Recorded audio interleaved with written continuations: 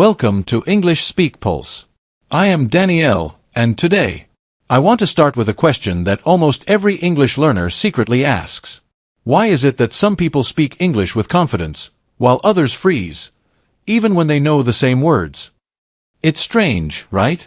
We spend years learning English, but when the moment comes to speak, something stops us.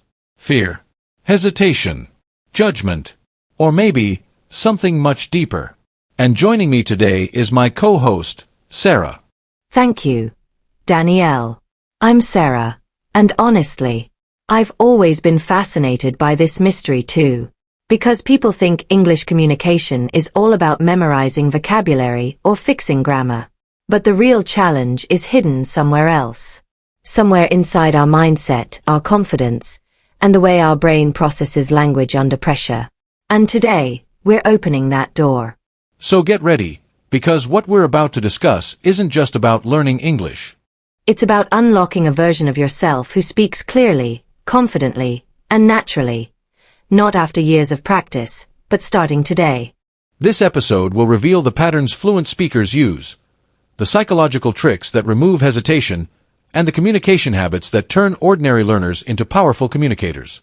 So stay with us, because this is not just a lesson.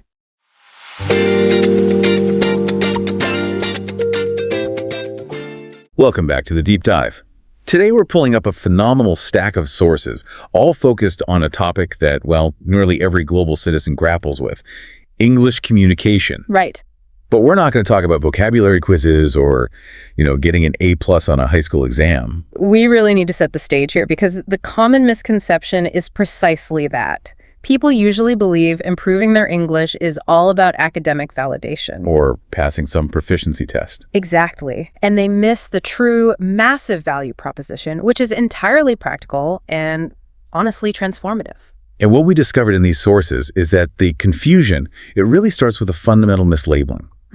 Many people confuse the act of knowing English, the passive part, recognizing words and rules, with the act of communicating in English. That distinction is the key. It unlocks everything else. I mean, think about it. You could technically memorize, 5,000 vocabulary words? Sure. You can know every single minor exception to every grammar rule, yet when a real-time conversation happens, you freeze up. Your mind just goes blank. It goes blank, and you just can't string a sentence together. It's the difference between knowing the theory of swimming and actually getting in the water and, doing a stroke. That is the perfect analogy. And conversely, we've all met people who use relatively simple English, maybe even grammatically imperfect English. Oh, for sure. But they communicate beautifully.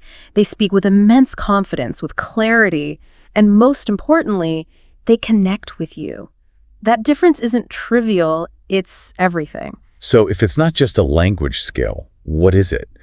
Our sources are so insistent on this point. Communication is no longer just a soft skill. Not at all. It's become a crucial currency, a universal tool, and a hidden source of power that a lot of people just don't realize they're leaving on the table. And we really need to help you, the listener, understand just how significant that power truly is. Let's start by dissecting that idea of communication as a currency, especially in the professional world, because that's where the ROI is just so visible. Okay, let's unpack this. Let's use a clear professional comparison. Imagine you're reviewing two candidates for, say, a promotion or a new job. Okay. Both have identical stellar technical skills, same degrees, same years of experience.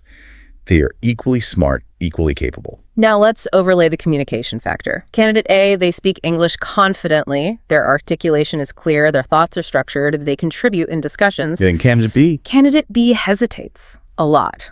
They trip over their words. They avoid speaking up in group settings. They just kind of default to written communication or silence. In 99% of cases, candidate A gets the job. They get the job, they get the promotion, and they are the one invited into those high-level strategy conversations. And this isn't because they're smarter. No, not at all. It's purely because they can express what they know. Communication acts as a multiplier for every other skill you have. If your engineering knowledge is world-class but your communication is poor, the world values it as poor. That ability to express is the core professional differentiator now. So, to just crystallize that point, the real cost of not speaking isn't making a grammar mistake. No. It's the missed opportunity. Precisely. We have so many examples across our sources emphasizing this. English communication isn't just about translating words, it's about expressing leadership, emotional intelligence, your personality. And building that connection. And building connection. Yeah. And we often focus on the external effect, getting a job, but the internal cost of poor communication, that can be devastating. That brings to mind the story we saw of the software developer. Yeah. An extremely high-performing individual, brilliant with code. Right. But their struggle to articulate ideas in English made them feel totally invisible in meetings. Yes. They knew they had better solutions than the ones being proposed, but that mental block, that fear of just constructing the English sentences, it kept them silent. They just watched. They watched their peers, who were maybe less technically gifted but more articulate, take the lead and get all the recognition. And that feeling of invisibility, of talent trapped behind a language barrier, that is felt by millions of people globally. This isn't just about a career, it's about being able to participate fully in your own professional life. That's such a powerful internal cost. No. And if that's the personal cost, let's zoom out to the global stage where this skill really operates. Yeah. English is no longer just a language. It's fundamentally become a global bridge. It connects global knowledge and global capital. Whether you're living in a massive emerging market like India, Pakistan, or Indonesia, or a business hub like the UAE, Turkey, or Saudi Arabia, geography is, it's irrelevant the moment you connect internationally. And the default medium for that connection is English. It is. And we often understate the sheer ubiquity of this tool. Think about daily life, even outside a boardroom. You're trying to learn a new skill. Most of the best online courses are in English. Exactly. Or you're trying to use YouTube for research or self-improvement. A huge majority of that content is in English. And that's before we even get to remote work. Oh, the freelancing economy. The explosive growth of freelancing and remote jobs, especially in tech, marketing, finance, it relies almost entirely on being able to manage international clients and calls in English. Even the new AI tools we're all using, the large language models, they are fundamentally structured and driven by English linguistic patterns. They are. So the conversation for you listening isn't a passive one. It's not, should I bother improving my English? The real transformative question is, how profoundly different will my life become the moment I can communicate clearly and confidently? And the difference is seismic. It is. It transforms your access to opportunity. And opportunity, it comes from being able to communicate your value. That leads us right into the second major theme from our sources. English acts as this powerful signal of competence. Right. If you cannot communicate your skill, the world simply never sees it. This is a crucial area where perception just meets reality. We all know highly talented people who struggle with visibility simply because their articulation doesn't match their intellect. Yeah. Opportunity generation depends on this visibility. If a prospective client or employer spends, 30 seconds assessing you, the first signal they receive is your communication flow. And it's not just about that external assessment. Let's talk about the internal part, the element of self-expression. So many learners describe feeling genuinely trapped in their own minds. Trapped, that's the word. They know exactly what they want to say, the insightful point or the complex emotion, but they just can't find the right English words quickly enough. And that internal friction, it creates a tremendous mental load. You're trying to process the conversation, formulate a response, check it for grammar mistakes, and overcome fear all at the same time. It's exhausting. This mental block, it affects confidence, it stifles creativity, it can damage relationships, and it just slows down personal growth. Being fluent means reducing that friction so you can focus on the content of your message, not the construction of your sentences. And we have to address the uncomfortable truth that our sources highlight. The signal. Yeah. English is globally perceived as the language of, modernity and confidence. When you speak English well, people often instantly assume a baseline level of education, capability, and global awareness. It's absolutely true. It definitely carries an unspoken and, often unfair weight, but it functions as a powerful social and professional signal. Our research showed that in many hiring decisions, even in non-native English-speaking countries, fluency was often unconsciously equated with higher competence. But doesn't that signal sometimes mask real technical skill? Is there a danger in focusing too much on that external perception? That's a vital question. And yes, there's a danger of prioritizing superficial fluency over substance. But the reality we have to accept is that the world operates on signals. Improving your communication isn't about masking a lack of skill. It's about making sure your existing skills are legible to the global market. I see. So improving your English communication becomes an intentional, strategic investment in your future self. It's not just a hobby, it's capacity building. Okay, so if we accept that English is both a currency and a signal, we have to pivot to address the single biggest barrier holding people back. The myth of perfection. The pursuit of perfection. This is where we need to just dismantle that myth. It is the absolute #1 mental block. Every single learner needs to hear this. Yeah. You do not need perfect English. You don't. You do not need a fancy native accent. You do not need textbook perfect grammar. Communication is not about achieving linguistic perfection. It's about achieving clarity, maintaining flow, and projecting confidence. And the proof is literally all around us. Think about leaders, successful entrepreneurs, brilliant academics from non-native English backgrounds. Oh, yeah. Some of the world's most influential CEOs are known to make minor grammar mistakes frequently. And it doesn't matter? It doesn't matter. Some of the most famous, inspiring speakers lack anything resembling a native accent. Yet they succeed wildly because they communicate clearly, powerfully, and often with surprisingly simple, direct vocabulary. The priority is getting the message across the bridge. Right. Not polishing the stones of the bridge itself. Clarity trumps complexity every single time. Our sources even cited studies where listeners reported higher comprehension from speakers who prioritized clear sentence structure over those who used, complex but distracting words. Clarity is power. And here's where learners go fundamentally wrong. They wait. They wait for the perfect moment to finally start speaking. They wait until their inner critic tells them their grammar is flawless. Or they have enough vocabulary, whatever that means. Or they somehow feel confident enough to try. But this waiting is the trap. It is. The critical insight here is that confidence does not come before you speak. No. Confidence comes from the act of speaking. Silence feels safe, but it never ever generates fluency. Action does. You build the road by walking on it. This is a psychological hurdle. Let's go back to that story of Hamza, a student profiled in one of the reports. He could read technical papers in English easily, but he was just paralyzed by the idea of speaking. His motto was basically, I understand everything, I just can't speak because I don't want to make mistakes. So what changed for him? The key lesson that changed his entire mindset was, it was brutal in its simplicity. Mistakes are not failures. They're simply the price you must pay for improvement. The price you pay. Yeah. Once he reframed mistakes as transactional costs, as data points for his brain, he started speaking imperfectly for 3 months straight. He replaced hesitation with practice. His fluency jumped exponentially because he finally accepted the price of learning. That is such a vital concept. That silence isn't peaceful. The silence is the biggest enemy of progress, and we need to get physiological for a moment. Right. Speaking is quite literally a muscle activity in the brain. It is. When you stay silent, your brain never gets to build the crucial pathways for fluent automatic speech. Your fear stays alive, constantly reinforced by inaction, and all your passive vocabulary just stays dormant, locked away. But the second you start speaking, even if it's broken, hesitant, grammatically awkward English, your brain snaps awake. It has to. You force those neurological pathways to fire. You start to build the rhythm, the tone, the patterns. Muscles only grow through stress and use. You can't develop speaking muscles by reading books silently. And this brings us to a somewhat surprising finding. English communication doesn't actually start with your mouth. It starts much earlier. It starts with internal, conscious awareness. Awareness. That's a deep term. What exactly does that internal awareness involve? It's about recognizing the psychological bottlenecks. It's awareness of how you organize your thoughts under pressure, how you manage that crippling hesitation, how you process rapid-fire language, and, critically, how you talk to yourself about mistakes. So it's an internal game. It is.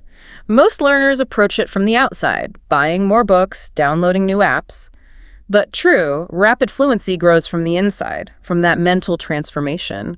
When you learn to manage hesitation, you free up the mental resources you need to just speak. So it's about shifting the internal operating system first before you even worry about the external output. It means improving your English is really about adopting a new identity. A new identity, a more confident personality, a stronger presence in the world. It genuinely feels like upgrading your entire psychological operating system. And that system upgrade translates directly into massive real-world results, especially with leadership and respect. Absolutely. Good communication doesn't just make you heard, it earns you competence-based respect. Walk us through that mechanism. How does that work? Okay, so when you express your ideas clearly, concisely, and with confidence, two things happen instantly. First, people listen because they don't have to work hard to understand you. You make it easy for them. You make it easy. Second, they trust you because clarity signals competence and honesty. And when people listen to you and trust your ideas, they follow. Communication is leadership in action. That's a fundamental truth of modern business.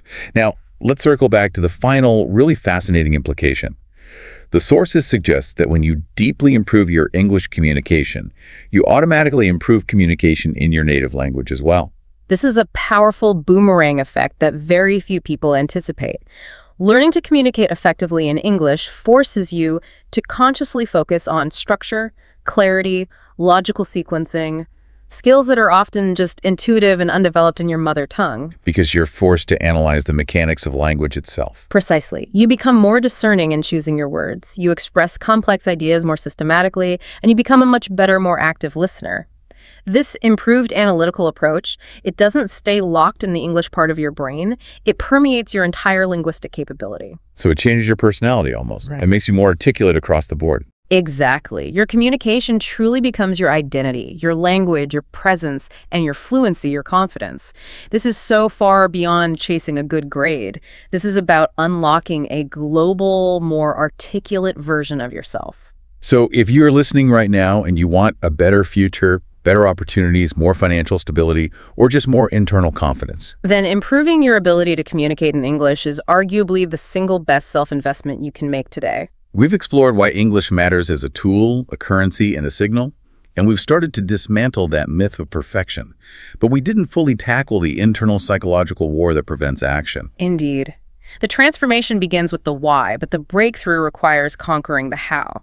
The deeper question for you to consider now is that psychological hurdle. What specific fears are preventing you from taking action and speaking today? Right now. That's the real obstacle. And that leads us to the next stage of our deep dive.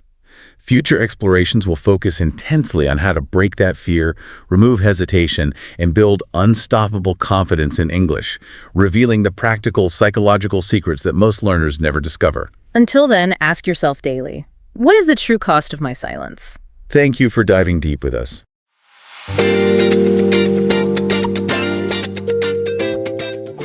So if you're learning English, or really any language, we've heard you. We know exactly what you've been telling us. You've sent us articles, forum posts, personal stories, and they all have this one shared frustration. Yeah, the vocabulary, you get the grammar. Exactly. You can read it, you can understand it, but when that moment comes to actually speak, Yeah, everything just freezes.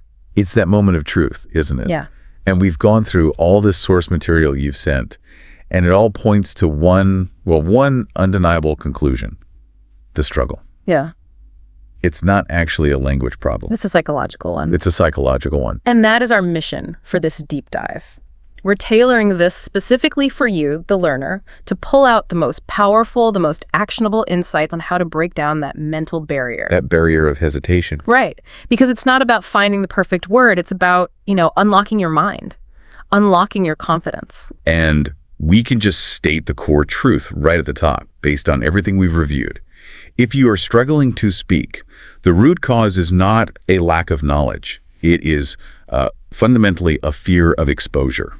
That just rings so true, especially when you hear the quotes people send us, like, I know all the words, I just can't speak, or the classic one, my mind just goes completely blank. Yes. You've done the work, you've studied, the information is in there, but you just can't get to it. Exactly.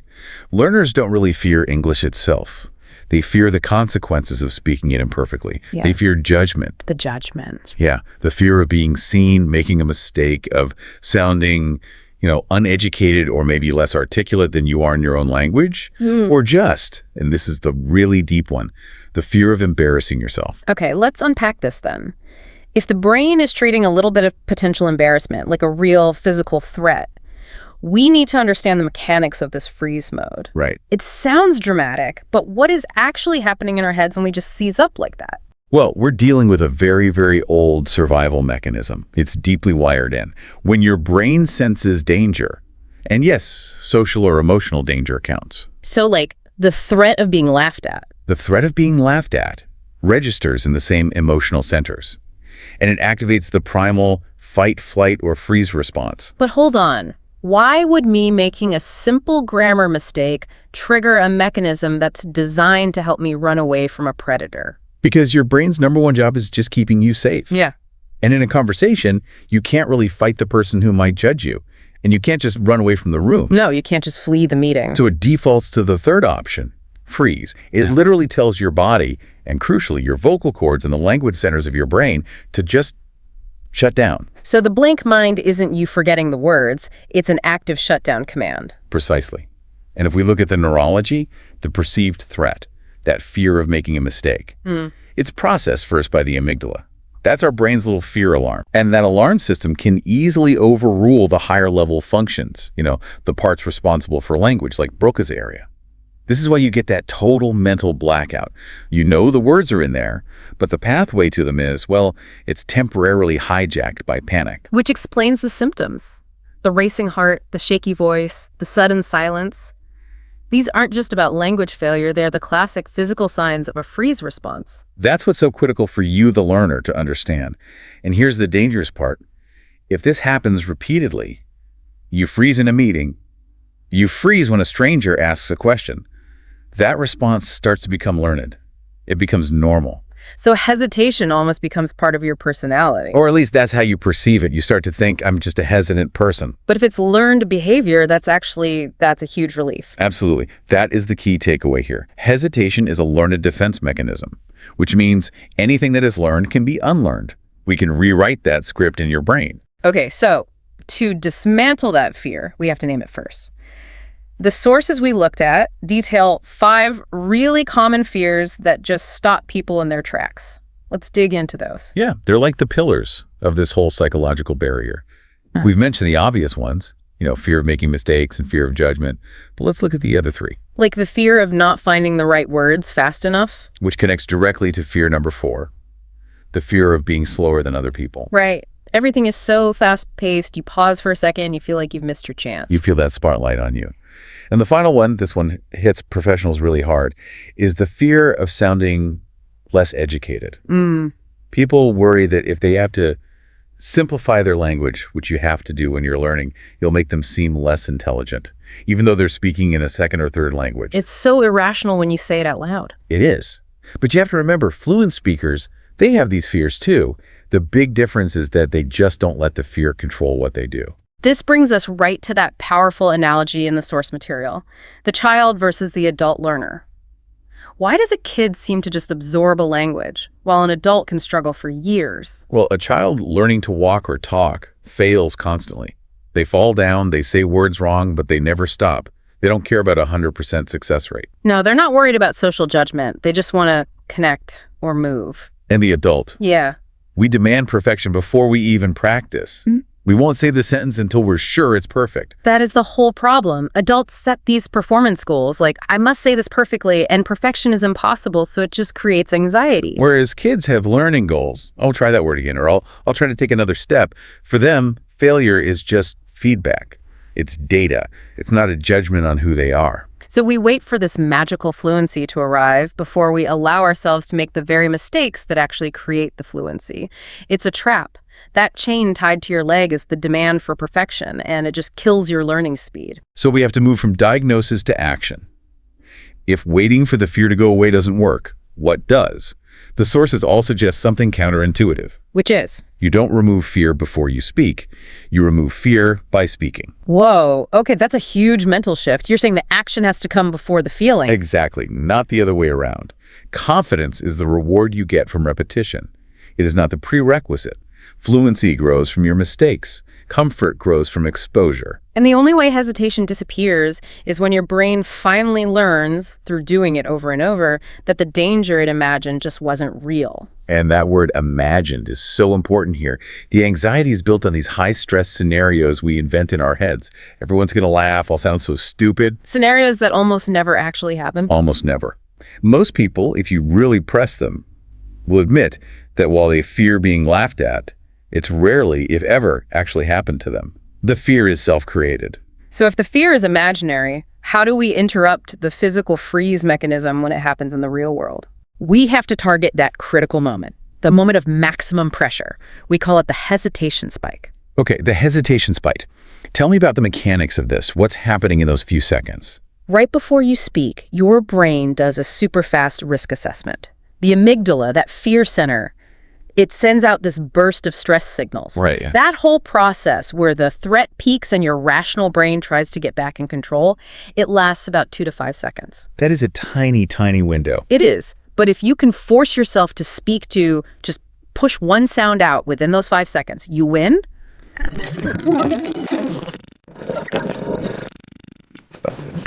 You've just shown your brain that it's safe. But if you stay silent for those 5 seconds, Then hesitation takes over. The momentum is gone, the fear signal wins, and you go into full freeze mode.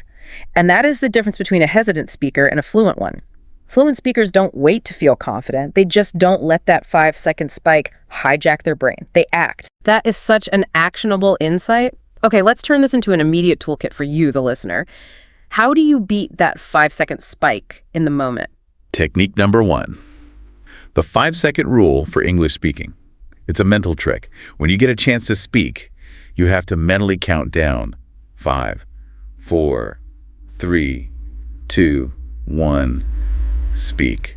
And just to be clear, the point isn't to use those 5 seconds to craft a perfect sentence. No, absolutely not. It's a forced commitment. You just have to push the first sound out, even if it's just or well, or I think. You're just trying to get the motor running before the paralysis takes hold. Exactly. The victory is just starting. Fluency comes after the first word, never before it. And a lot of that pressure comes from trying to say something long and complicated, right? So how do we reduce that initial pressure? Technique 2. Speak in small chunks, not long sentences. This is all about lowering the stakes for yourself. Use short, clean phrases that you already know really well. Little conversational launch pads. Perfect way to put it. You know, things like, I think the main point is, or in my opinion. Yeah. Or even just, I want to add something. They give you an instant win. It builds momentum, and it gives your brain a second to catch up and figure out what to say next. And what ties all this pressure and delay together is the single biggest enemy of flow. The translation trap. Ah, the silent killer. Yeah.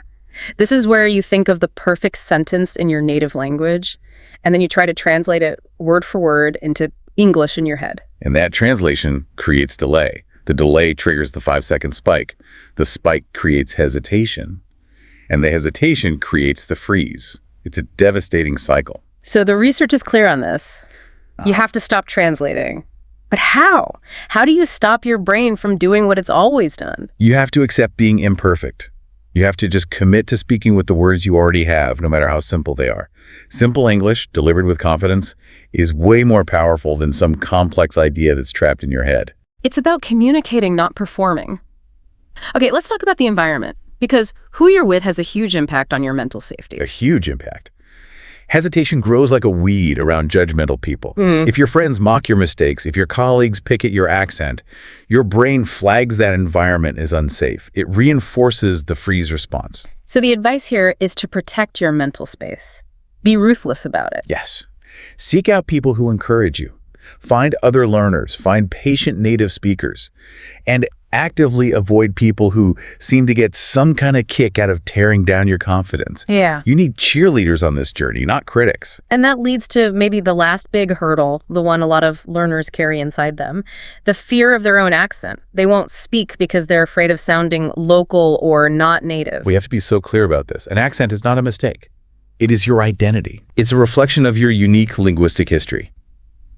There is no such thing as a perfect accent in English. I mean, think about it. There's British, American, Australian. They're all just accents. Your goal is to be understood, not to imitate someone else. When you let go of that, it must free up so much mental energy. All of it. And you can redirect that energy towards what you actually want to express. And that brings us to the ultimate mindset shift from the sources. You have to reframe your internal monologue. So instead of that fearful thought, what if I make a mistake? You have to replace it. You have to replace it with a thought driven by opportunity. Which is, what if this conversation changes my life? Yes. Think about what you lose by staying silent in those 5 seconds. A new client, a new friend, a breakthrough idea at work, maybe just a huge surge of personal confidence that comes from speaking up. You can't let the fear of a tiny grammar mistake cost you all of that. So we come back to that central idea one last time. You can't think your way into being confident. You have to act your way into it. Confidence is the reward. It's the good feeling you get after you've pushed past that hesitation spike. It is never the starting point. And to make this a daily practice, the sources recommend adopting an English exposure habit. Just 15 minutes a day in 3 ways. 1, listen to podcasts, music, movies. 2, speak, even if it's just talking yourself about your day. And 3, think. Just try to have short, simple thoughts in English. And please remember the path to mastery when it comes to mistakes. The first 100 mistakes you make are going to feel awful, embarrassing. They will. But the next 100 mistakes start to feel normal.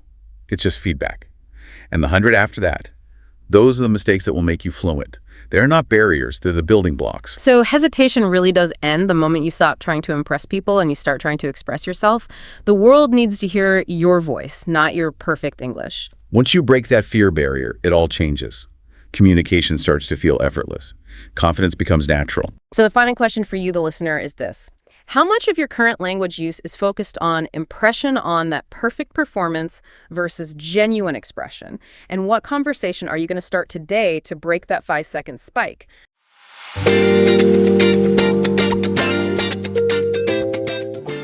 Welcome to the Deep Dive. So today, we're going to tackle something that I think almost everyone who's ever tried to master a language has run into. Oh, absolutely. It's a huge hurdle. This idea that building a powerful vocabulary has to be this painful uphill battle.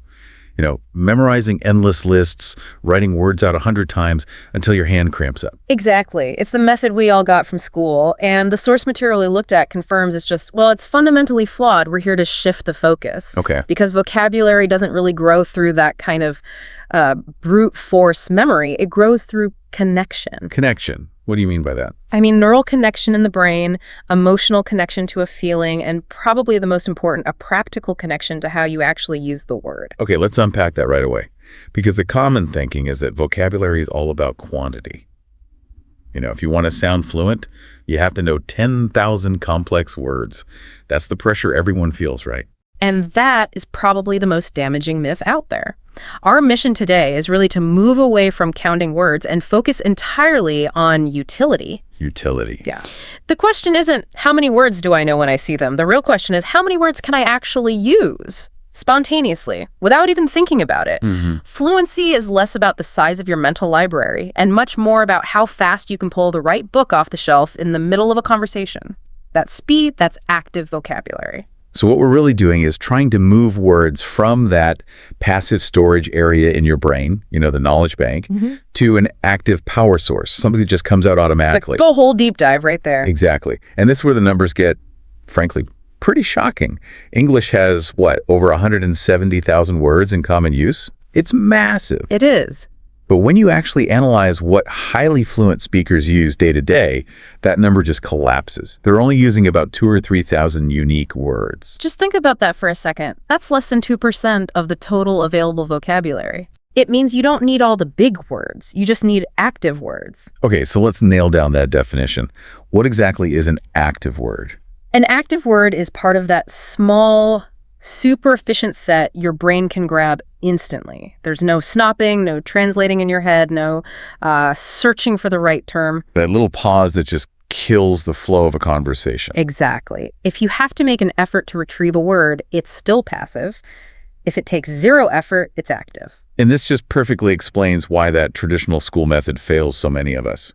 You know, you memorize benevolent equals kind. You have the definition, but you haven't built the mental pathway to actually use it. Precisely. Your brain doesn't work by swapping definitions in real time. When you're talking about a kind boss, your mind doesn't go, okay, generous, synonym for generous, benevolent. Yeah, it sounds robotic. It can't use the word naturally because it was never tied to a real-world context or a feeling. Definitions by themselves are just, well, they're inert. Context is what brings them to life. So if context is the key, how do we get it? Well, look at the difference with a word like composure. You could memorize the definition, which is abstract. But what if you hear it in a sentence like, despite the market crash, the CEO handled the press conference with remarkable composure? Okay, so immediately your brain is doing more than just learning a definition. Right. It's absorbing that composure is a good thing, that it's about being calm, that it happens under pressure, that it's kind of formal. The word is tied to an image, the CEO, the reporters, not just floating in space as a synonym for calm. The brain learns organically. It learns from the situation. Exactly. And that leads us to, I think, the biggest psychological insight from all the sources. The brain doesn't actually remember words. It remembers situations. This is so vital for you to understand as a learner. Let's take a word like serenity. I can tell you the definition, and that's work.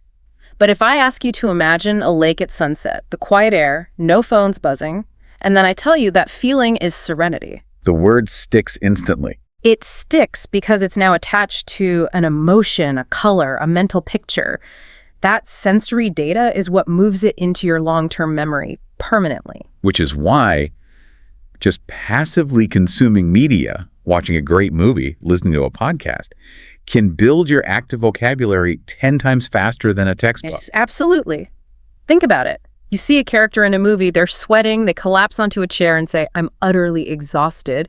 Your brain instantly links the word exhausted to that physical state. It's learned through experience. Learned through a simulated experience, yes. And that makes the word active. Okay, so this leads us right into the first big technique you can use, the input method. We're not talking about studying here, are we? No, not at all. We're talking about strategically absorbing. You flood your system with natural English movies, audiobooks, music, real conversations. You just let the words wash over you and you start to see them again and again in different contexts. It's how a child learns. They never get a vocabulary list. Right. But I can already hear the question. If it's so good, why do so many adults struggle with it? We watch Netflix all the time. Yeah, what's the roadblock? It's psychological. A child doesn't fear forgetting a word. They're relaxed. An adult, on the other hand, puts all this pressure on themselves. I have to remember this. I need to know this. That performance anxiety. And that anxiety, that fear, it actually creates mental pressure that blocks information from moving into long-term memory. So it's a tough cycle. The pressure makes you forget, which makes you feel more pressure. Exactly. The sources are so clear on this. A relaxed brain learns faster. Relaxation is actually a requirement for accelerated fluency. Okay, so let's get practical. Let's talk about some zero-pressure strategies to move those words from passive to active. The first one is called active recall. Yeah, and this is the complete opposite of writing a word 10 times. Let's say you come across a new word, like glimpse. Okay. Instead of just repeating it, you stop and you actively try to remember, where did I hear that? What was the context? So you're forcing your brain to act like a detective. You ask, what scene was it in? Who said it? What was the sentence? That's it. And that act of searching and retrieving, even if you can't remember and have to look it up again, that process physically strengthens the neural pathway way more than passive repetition ever could. You're training your brain for that instant retrieval you need in a conversation. Mm-hmm. Now, once you've recalled the context, you need to make the word your own. This is where you bring in what you call vocabulary looping, the 3-cycle method. Right, because this is about ownership. This is what makes the brain say, okay, this word is important. I need to keep it handy. So walk us through the 3 cycles with a simple word. Let's use approach. Cycle 1 is see it. You find it in a natural sentence. Maybe you read, I like your approach to this problem. Okay. Cycle 2 is say it. You create your own simple sentence, something true for your life. Like, my approach to learning is different from his. That makes sense. But the third one, use it later, that's always the hardest part for people. It is, because it feels like you're waiting for a perfect moment that never comes. So you have to lower the bar. You decide ahead of time, the next time I write a work email or the next time I talk to my partner about dinner, I am going to use this word. So you might say, I think we should take a different approach to what we're cooking tonight. And boom, you've completed the 3 cycles, you've seen it, said it, and used it. Your brain now flags that word as active and essential. It's so much more effective than flashcards. And to really cement it, you have another technique, micro-context vocabulary training. As a quick one, little mental exercise. Instead of just one context, you quickly create 3 tiny different contexts for a new word. So let's try the word improve. How would that work? You'd map it to 3 areas of your life. So context 1, work. I need to improve my presentation skills. Context 2, daily life. I'm trying to improve my sleep routine. And context 3, personal growth. I want to improve my mindset. By linking that one word to your office, your bedroom, and your thoughts, your brain sees it as a versatile, powerful tool. It multiplies the retention. This is great. We've talked about how to absorb words, but now let's shift to which words to choose. Because another huge mistake people make is chasing rare academic words. Oh, that's the difference between sounding like a walking thesaurus and sounding fluent. When learners focus on those big, complex words, their speech gets heavy and, frankly, a bit awkward. So what should they focus on instead? Daily use connectors. These are the building blocks that create flow. We're talking about those small, almost invisible words, right? Give us some examples. Words like, actually, basically, honestly, by the way. In other words, even simple ones like so or anyway. These little phrases give your brain a split second to think while your mouth keeps moving smoothly. That is the secret to sounding natural. If you master 100 of these, your English just sounds smoother, even if the rest of your vocabulary is simple. So a quick comparison. The beginner says, I want to say something. Right, and it's clunky. Now listen to the fluent speaker with connectors. I actually want to say something, by the way, because I think it's important. It's the same idea, but one flows like water. The connectors make all the difference. What's so interesting here is that vocabulary stops being just about words and starts becoming about your identity. That's such a critical point. Vocabulary should support who you are. It's not just decoration. You should pick words that match your personality. If you're a friendly, informal person, activate words like maybe, I feel like, probably. And if your job requires you to be more formal, then you activate the vocabulary for that context. Regarding currently, therefore. If you try to force a word that doesn't fit your natural energy, it just feels fake, and your brain will resist using it. And to help the brain structure all of this, you recommend learning in word families. Yes, because this taps into how your memory naturally works. It likes to categorize things. So instead of learning decision on Monday and indecisive on Friday as separate facts, You learn them all at once. you take the root word, like the verb decide, and you instantly connect it to the noun decision, the adjective decisive, its opposite indecisive, and the state of being undecided. So now you have 5 words stored in one mental folder, ready to go, instead of 5 separate items scattered around. It's just a more efficient way to build that mental map. And finally, we have to talk about emotional vocabulary. Why are emotional words so important? Because humans connect to feelings faster than they connect to abstract ideas. When you learn words like overwhelmed, frustrated, determined, relieved, your English becomes more human. It adds so much depth. It's the difference between saying, I am sad and I'm feeling a little overwhelmed by my workload today. Exactly. The second one creates a real connection. It shows nuance. Vocabulary is the foundation for that connection. So after all this, what's the big takeaway for you, the learner? It really comes back to that core principle. Usage is memory. That's it. Learning 20 words and using none means you'll forget 18 of them. Learning 5 words and using them every single day means you'll remember all 5. Small and consistent always wins. We can even give you an actionable structure. You can easily get 50 new active words a week if you just diversify where you get them from. Okay, let's lay it out. This is the formula.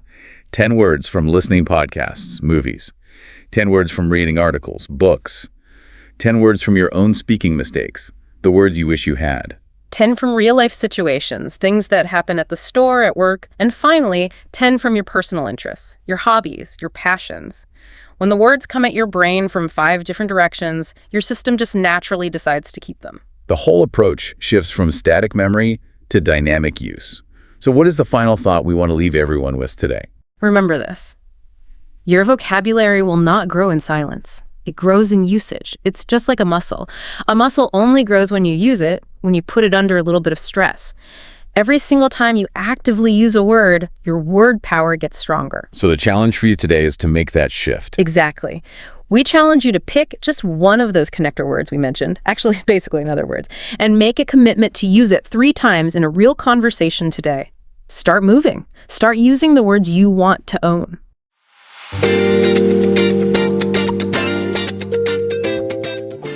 Welcome back to the Deep Dive. Today, we are opening a really fascinating stack of sources, and they're all focused on how you achieve fluency in English. But not in the way most people think. No, exactly. We are going nowhere near grammar books or, those painful vocabulary lists. Instead, we're drilling down into one specific, and I think deceptively simple, skill. Listening? Just listening. Yeah, and it's the one foundational skill that almost every adult learner tries to skip.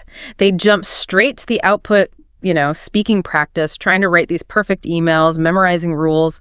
And then what happens? Well, they get into a real fast-paced conversation with a native speaker, and the whole thing just collapses. They can't process the speed, they can't catch the rhythm, and it's this constant struggle just to keep up. That's the crux of it, isn't it? They're trying to fix the speaking without understanding the real solution is in the input. And the core thesis, I mean, the thing that every single one of our sources comes back to is this really powerful idea. Fluency doesn't start from your mouth. No, it starts in your ears. It's about training your brain through deep, intentional listening. If you just strip away all the adult methods for a second, what are you left with? You're left with the most successful learning system in human history. Every single child learns their first language by ear. They listen for thousands of hours, just absorbing sounds, tone, emotion, pauses, the music of it all long before they ever say a single coherent sentence. And we as adults, we just forget that. We completely forget this primal natural system, and we try to replace it with conscious effort, and that is the bottleneck. Okay, so that natural absorption model is the key. Yeah. Let's really unpack this. In this deep dive, we're going to show you exactly how listening rewires your brain, how it changes your processing speed. And crucially, we're going to give you 3 specific, actionable techniques you can use right away to turn that passive listening into a real fluency shortcut. So we have to start with the neuroscience here, because this is what really justifies the whole claim. Why does our source material say that listening rewires your brain faster than, say, reading 100 articles or speaking for hours? It all comes down to the nature of the input. Think about reading. Okay. When you read, you have total control. You can stop, you can go back, you can look up a word, you can read a sentence 10 times. It's a very conscious process. And speaking is maybe even worse, because you're constantly self-correcting. You're pausing, you're translating in your head, you formulate, then you speak. It's so broken up. Exactly. Both of those rely on what's called explicit memory. That's the memory of facts and rules and lists. But listening is different. How so? When you listen to a natural conversation, the language just flows at a native pace. You can't stop it. Your brain has no choice but to adapt to that rhythm. Because it's being forced to keep up. It's being forced to build implicit memory. That's the automatic, unconscious memory of patterns and timing and structure. It's like your brain is building new neural pathways that just bypass conscious translation entirely. It's absorbing the language without asking for your permission. So we're not just learning words, we're building a sort of sound library in our brain that lets us process language without having to stop and think about it first. Precisely. And that's the huge distinction our sources make between the eyes and the ears. Okay. Your eyes, when you're reading, they're great at memorizing a grammar rule. That's conscious knowledge. But your ears internalize. What do they internalize? The music, the stress patterns, the intonation, the emotion, the way words link together, the rhythm of speech. No grammar book in the world can teach you the music. Only listening can do that. Okay, so if the brain is internalizing this music, what does that actually look like in practice? This is where it gets really interesting for me, because listening teaches you how native speakers kind of squish words together in ways you'd never see on a page. This is so critical. Let's take pronunciation. The sources bring up a great example. The word comfortable. Comfortable. Okay. If you learn that word from a book, you see 4 syllables. So you try to say comfortable. Right. Very precise. Yeah. Very stiff. Exactly. But a native ear knows that in fast speech, we clutch that down to maybe 2 or 3 syllables. It sounds more like comfortable. Or comfortable. Yeah. And if your ear isn't trained to recognize that compression, your brain hears it and thinks it's a completely new word, even though you know how to spell it. And that recognition gap just gets bigger when words start linking together. Oh, absolutely. This is where fluent speed comes from. We don't say, I want to go. We say, I want to go. Or, a really common one, did you eat? Right. Saying those 3 words separately is slow. The natural way is, did ya eat? Exactly. And our sources point out if your ears haven't internalized that, your brain is scrambling to identify 3 separate words when the speaker only made one quick, seamless sound. Did ya eat? That little delay, that cognitive lag, that's what creates that feeling of being totally overwhelmed. Okay, so this brings up a big challenge then. Yeah. We've all met someone who says, I can understand a whole movie with the subtitles off, but then they really struggle to order a coffee. Yeah. What's the disconnect there? If listening is the key, why aren't they fluent? And that's the active listening caveat. It's a huge point in the sources. They're listening for entertainment, for the plot. So it's passive. It's completely passive. Their brain is just filling in the gaps using visuals and context. They aren't actually engaging with the linguistic mechanics of it all. So how do you make it active? Yeah. You have to pay close, focused attention. You have to listen for how sentences are built, which words get stressed, where the speaker pauses for effect, and exactly how those words connect in fast speech. If you train your ears to spot those things, your mouth will start to follow those same patterns automatically. That's the bridge, turning passive consumption into critical observation. Okay, this feels like the practical core of this deep dive. Our sources lay out 3 specific techniques for you, the listener, to do exactly that. Let's start with technique 1. It's called the 3-level listening method, and it's designed to sort of automate this whole absorption process. Okay, so level 1 is passive listening. This is the low-effort starting point. You're doing chores, you're on your commute, you just put on English material in the background. You are not trying to understand it all. Right. The benefit here is just pure exposure. Your brain is absorbing the general soundscape, the rhythm, the pitch. It's making the language feel less foreign. You're building that familiarity in the background. Then you move up to level 2, active listening. Yes. And this is where you really focus. You pick a very short segment, maybe just a minute of a show or an interview. And you listen to it a few times, but you're not focusing on the meaning. You're focusing on the music. So why did they stress that word? Where did they pause? Exactly. And then comes the step that connects listening to speaking. Level 3, imitation listening. Okay. Immediately after you do your active listening, you pause the audio after every short phrase or sentence and you repeat it. You try to match the rhythm, the intonation, the speed. It's not about perfection. It's about matching the feeling of the phrase. Yes. So if the speaker says, I really wouldn't worry about it, with stress on really and worry, you pause and you try to copy that exact melody. I really wouldn't worry about it. You're training the muscle memory in your mouth to make native sounding rhythms. I can see how that totally bypasses the slow translation step. Okay. Technique 2. This one is often called the true fluency shortcut in our sources. Shadow listening. It sounds intense because it is. So what is it? You pick an audio, you press play, and you speak along with the voice at the same time. You're literally shadowing the speaker, maybe a half second behind them. You're not memorizing, you're just flowing with them. But wouldn't you just end up making gibberish? I mean, how can you listen and speak that fast at the same time? What's the benefit that makes that difficulty worth it? The benefit is that it forces your brain into total submersion. It literally doesn't have time to translate. It breaks that habit. It forces a direct connection between the sound you hear and the sound you make. The sources call it the ultimate sprint for your speaking muscles. It's uncomfortable, for sure, because it takes away your safety net. But that discomfort is the training. I love that. Okay, final one. Technique 3. Pause and predict. This one trains your brain to anticipate what's coming next.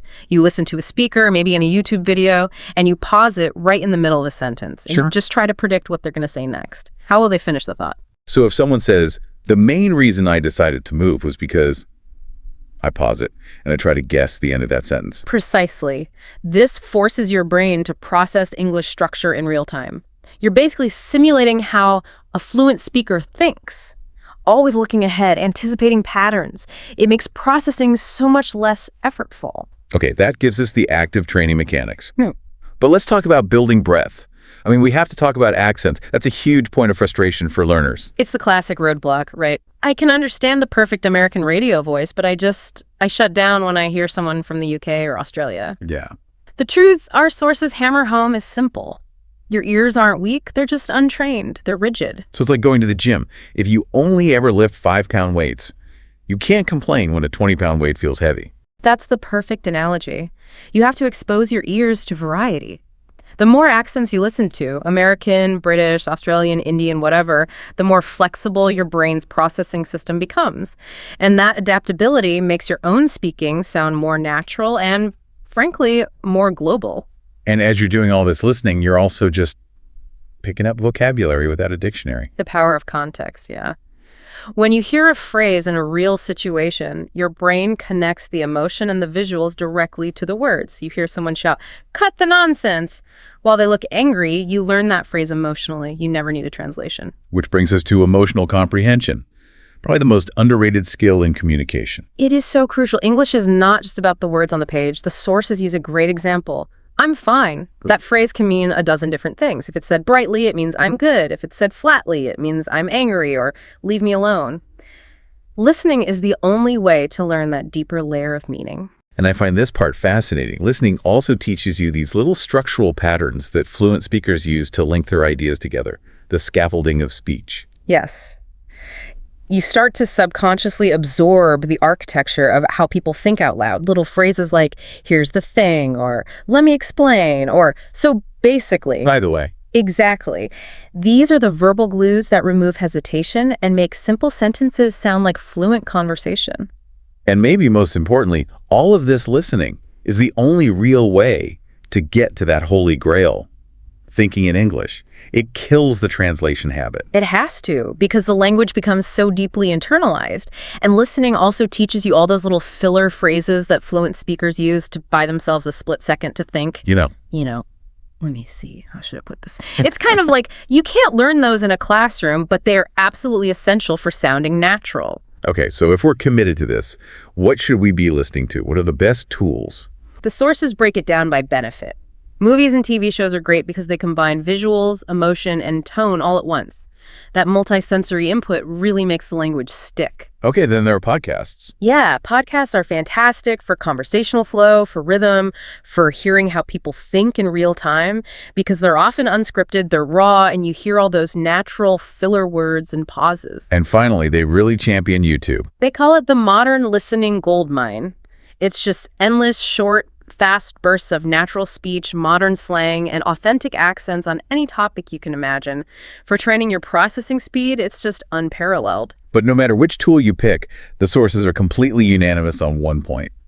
It's not about intensity. It's about consistency. This is non-negotiable. It has to be a daily discipline. Listening only works if you do it every day.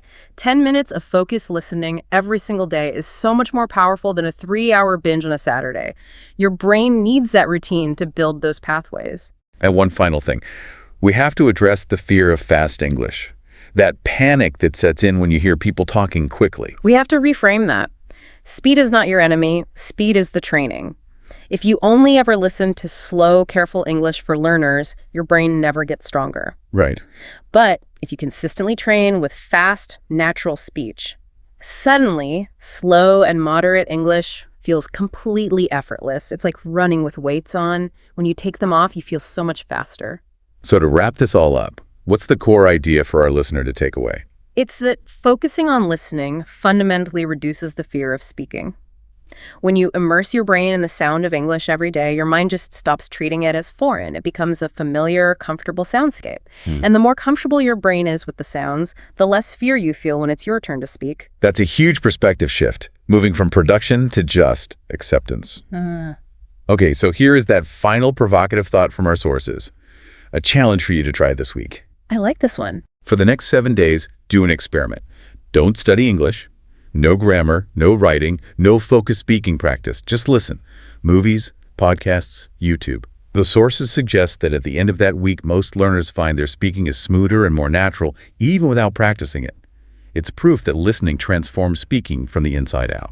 So take these ideas and start training your ears today. Turn your ears into the true gateway to fluency. We'll see you on the next Deep Dive.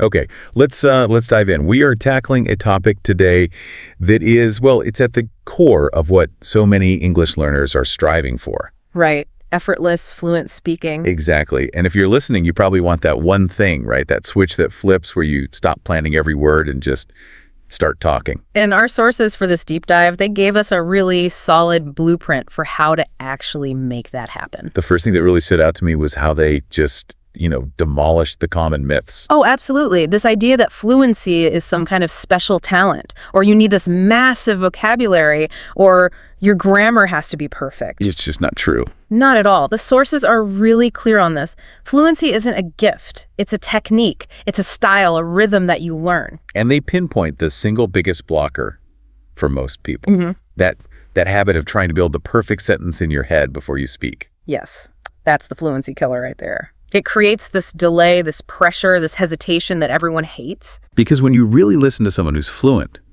they're not doing that. They're thinking as they're speaking. They're in the flow. So our mission today is to break down these 9 specific habits, these techniques that get your brain to switch from that stressful planning mode into that flow mode. Okay, let's jump right into the first section. Yeah. This is all about the mental shift. And the first technique, which feels foundational to everything else, is chunking. Right, chunking. Basically, it's about speaking in small units, not whole sentences. So instead of trying to deliver this one long, perfect thought. Yeah, you break it up. The benefit is it reduces the mental load. It takes the pressure off and, actually sounds more natural. It's how native speakers talk. I think we really need to dig into this because it sounds so simple, but it changes everything. It really does. To take a long sentence, something like, I would like to share my opinion about the marketing strategy we discussed last week. That's a lot to hold in your head. It is. It's a bottleneck. And if you forget one word in the middle of that, The whole thing collapses. the whole thing collapses. But with chunking, you just give your brain a break. You'd say, I'd like to share my opinion. Pause. Exactly. A little pause. Then, about the marketing strategy, Another pause. the one we discussed last week. You see, you're only holding a few words at a time. It's simple thinking, which leads to smooth speaking. You're never holding more than, 4 or 5 words in your working memory at any given time. Precisely. And those pauses, they're not moments of failure. They're your thinking time. Fluent speakers use them all the time. Okay, that makes perfect sense. And it leads right into the next technique, which is shadowing. This is all about imitation. Yeah, shadowing is, it's a powerful one. You listen to someone speaking, a podcast, a movie, whatever, and you speak along with them like an echo. And the key thing the sources mention is that it doesn't have to be perfect. Not at all. You're not trying to get every single word. You're trying to match the rhythm, the flow, the intonation, the music of the language. And the results are actually physical, right? Right. It's not just about language. Exactly. You're training the muscles in your mouth. You're building speaking speed automatically.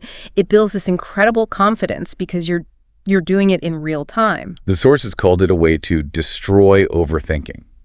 I love that phrase because that's exactly what it does. When you're shadowing, you don't have time to think, to translate, or to correct yourself. Your brain just can't keep up with all that. It can't. So it's forced to switch from that analytical thinking mode into flow mode. And that's where fluency is born. So you're in this flow state now, thanks to chunking and shadowing.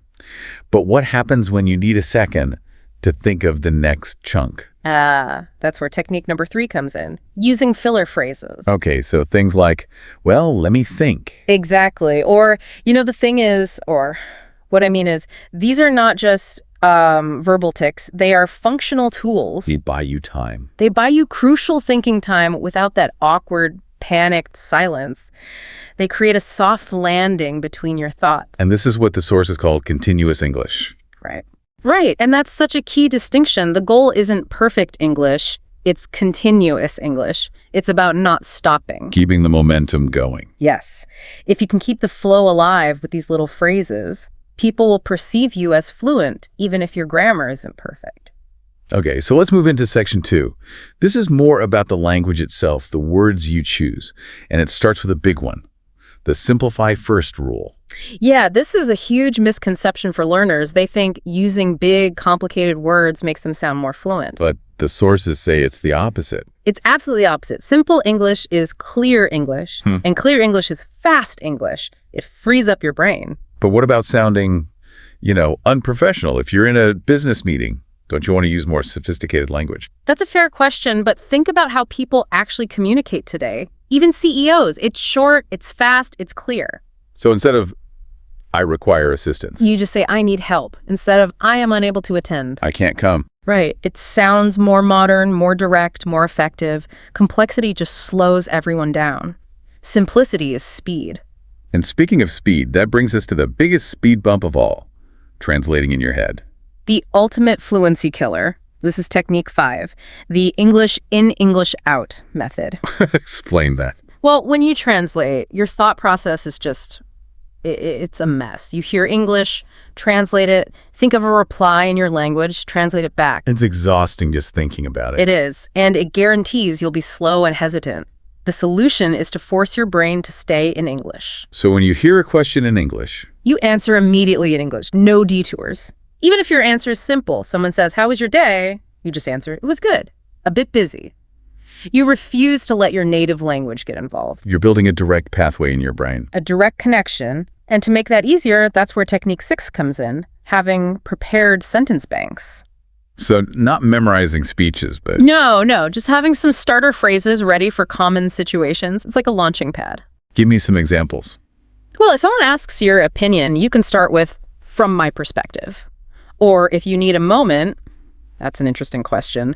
If you're explaining something, let me put it this way. So you're never starting from zero. You never start from a blank page. Right. You fire off that prepared phrase, and it gives your brain a few seconds to figure out what you're actually going to say next. It's a huge confidence booster. Okay, moving into our last section, the training ground. These are the things you can actually do day to day. And the first one is something I think almost everyone overlooks, a pre-speaking warm-up. Yeah, it sounds weird, but speaking is a physical act. You use muscles. Just like an athlete. Exactly. You wouldn't just sprint without warming up your legs. You need to warm up your mouth, your tongue, your jaw. So what does that look like in practice? It's simple. Before a meeting or a call, just spend a minute saying sounds that make your tongue move, like ta-ta-ta-ta, la-la-la-ta-ta-ta-ta. You're just getting the machinery ready to go. You're getting it loose and ready for fluid movement. It makes a surprising difference in your clarity and speed. So once you're warmed up, then you get to the core of the practice. Technique 7, solo speaking practice. Talking to yourself. Which feels a little strange. It feels strange, but it is maybe the single most effective thing you can do. Every professional performer, an actor or a presenter, rehearses alone. Why should speaking a language be any different? So what do? Just talk about anything. Anything. For 5 minutes a day, describe your room, explain what you're going to do later, narrate what you're doing right now, teach an imaginary person how to do something. And that builds the muscle of thinking in English. It does. It organizes your thoughts, builds confidence in the sound of your own voice, and just makes it a normal habit. Okay, but real conversation isn't planned. It's spontaneous. Which is why the next technique is improvisation speaking. This is training under pressure. So you just pick a random topic and go. A completely random topic. Rain, coffee mugs, the history of pockets, whatever. And you have to speak about it for, say, 30 or 60 seconds without stopping. The goal isn't to be brilliant, it's just to not stop. Exactly. Don't stop, don't prepare, just talk. You're training your brain to handle that moment of panic when you don't know what to say. The sources say true fluency is fluency under pressure. This builds that. It forces you to rely on all the other techniques like simple language and filler phrases. It brings it all together. And finally, the last technique, number 9, reminds us that fluency is not robotic. It's about speaking with emotion. Right. Accuracy is one thing, but expression is another. 100%. You can be grammatically perfect, but if you speak in a flat monotone, you don't sound fluent. You sound, well, foreign. So how do you practice this? It's actually kind of fun. Take a simple phrase like, I don't believe it, Okay. and then say it with 5 different emotions. Say it like you're excited, say it like you're angry, confused, disappointed, surprised. You're building that range. You're building tone control and expression. You're making your English sound alive, human. So when we pull all 9 of these techniques together, what's the big takeaway here? What's the central idea? I think the core insight is that fluency comes from comfort, not from tension, not from trying to be perfect. A relaxed mind lets the words flow. Exactly. A tense mind creates tense words. All these habits, from chunking to simplifying to warming up, they're all designed to reduce tension and make speaking English feel less foreign. To make it feel like a familiar tool that's easy to use. Right. It's about making it automatic. We said at the very beginning that the goal is continuous English, not perfect English. And that really is the heart of it. So I guess the final thought we want to leave you with, based on everything we've seen in this deep dive, is a question. Okay. If the real goal is continuous communication, just keeping the conversation going, how much of your time and your energy are you wasting right now chasing perfection? Chasing that one advanced word or that perfect grammar rule. When all that energy should really be spent on just practicing these habits that keep the flow alive. That's a powerful way to reframe it. Think of fluency as a marathon of continuous movement, not a sprint for perfect grammar. Focus on the flow, and everything else will start to fall into place. That's it for this deep dive. We hope this blueprint helps you make your fluency feel effortless. Until next time.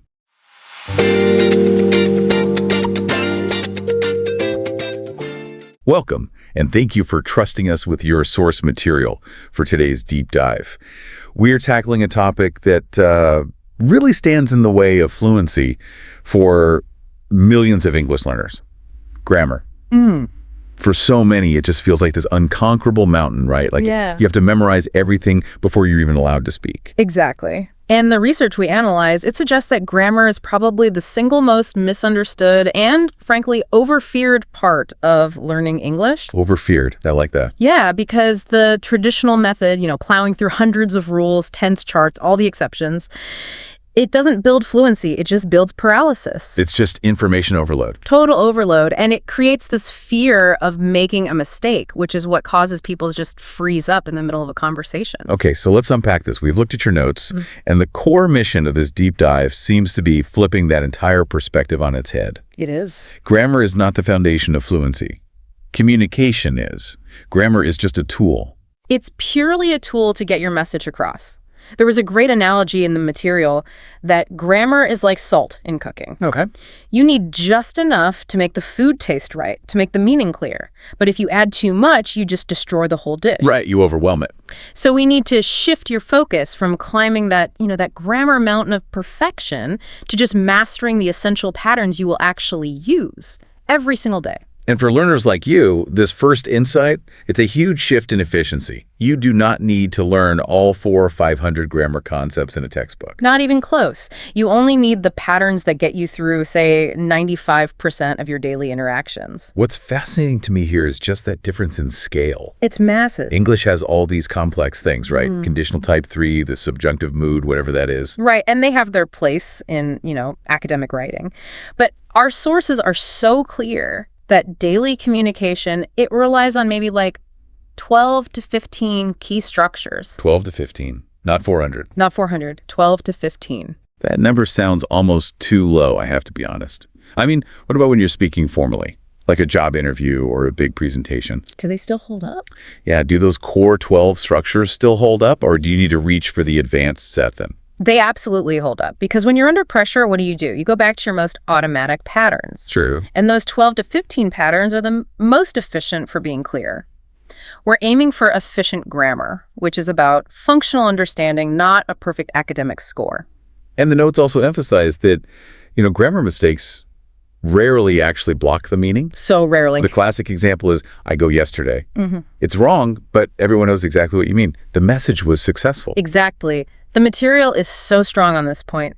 Imperfect grammar often succeeds. Silence always blocks communication. Always. So the smartest learners, they focus on getting the message out using these efficient patterns.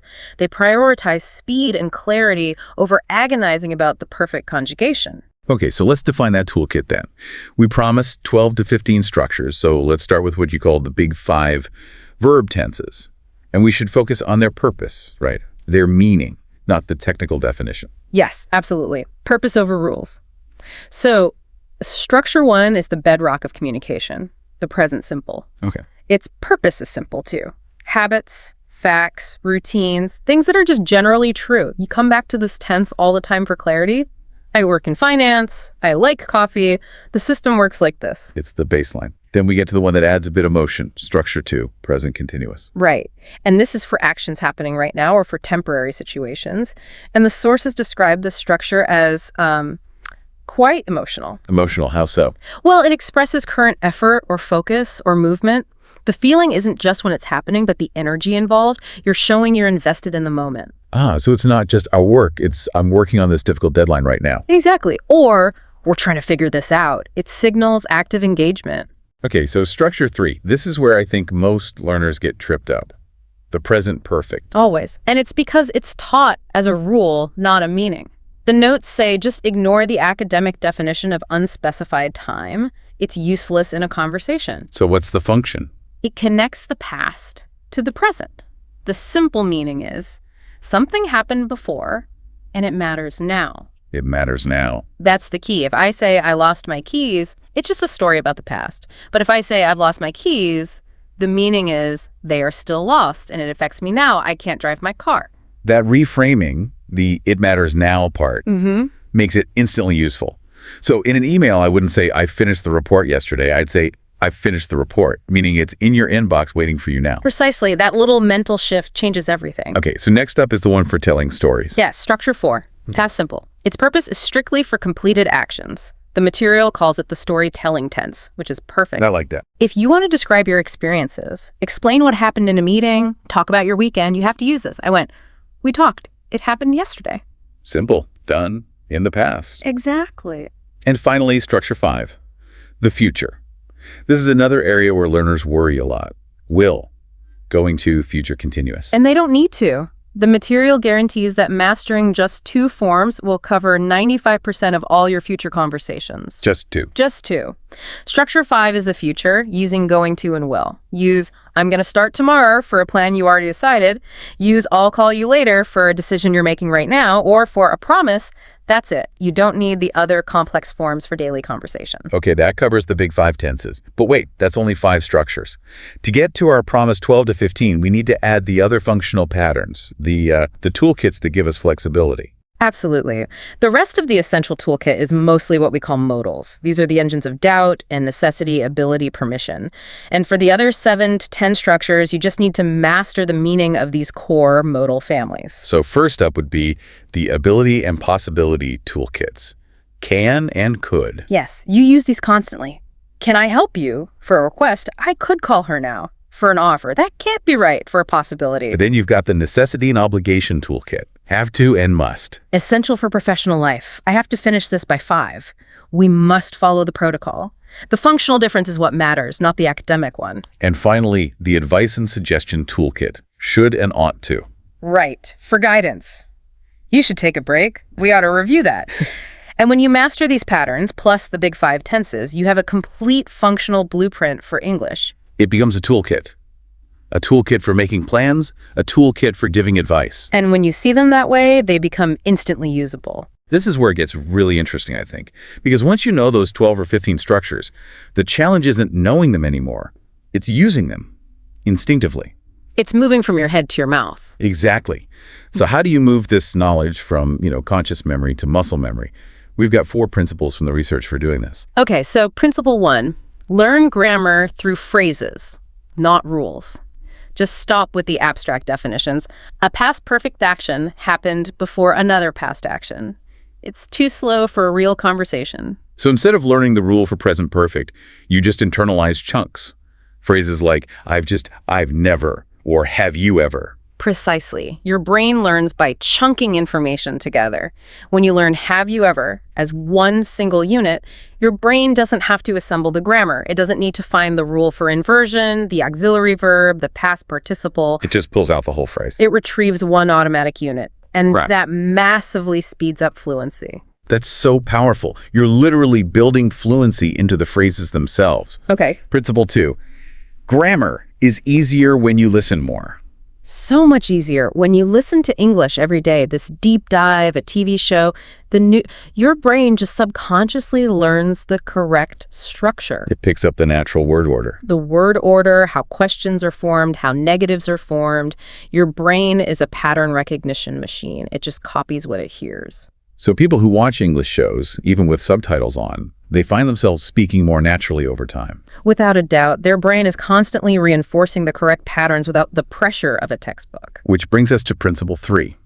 Correct yourself gently, not harshly. This is a big one. It is. Don't panic over mistakes. If you're speaking and you slip up, you say, he don't know. The goal isn't to beat yourself up. Right. Just self-correct right away. Oh, wait, he doesn't know. Just that simple act. That small, immediate correction creates neurological feedback that teaches your brain the pattern way more effectively than reading a rule in a book. You're learning through correction, not through fear. And this feeds into a really powerful insight, the 4th one, which is that grammar becomes emotional. Yes. When you attach grammar to an emotion, it acts as a kind of memory glue. It makes the structure stick because it carries a feeling with it. Can you give an example of that? Think about the emotional weight of a situation. Let's say you're really relieved because someone who was late finally showed up. You say, thank goodness I've been waiting for you. Okay, I can feel that. The frustration. Right. The frustration of the time, plus the waiting anchors that have been in a structure in your mind, so much better than just memorizing the definition of the present perfect continuous tense. The feeling solidifies the learning. This leads us to the psychology of it all. The research is so clear on this. The single biggest blocker to fluency isn't making mistakes. No. It's grammar fear. It's the fear. Learners hesitate because they're worried about using the wrong tense or about someone correcting them.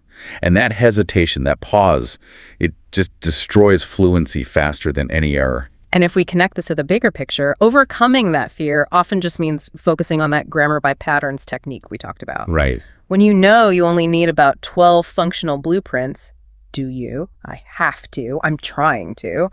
You're not intimidated by 400 separate rules. You're just choosing a tool from a small box. You know, another incredibly practical insight from the material is that most grammar problems just disappear when you slow down your speaking. They really do. If you try to speak too fast, your brain just doesn't have the time to retrieve the right pattern, and your grammar collapses. Speed is the enemy of beginners. Clarity is the friend. Slowing down gives your mind those crucial milliseconds to pick the right structure. And this is why we can pretty confidently say you can drop the academic complexity. You can.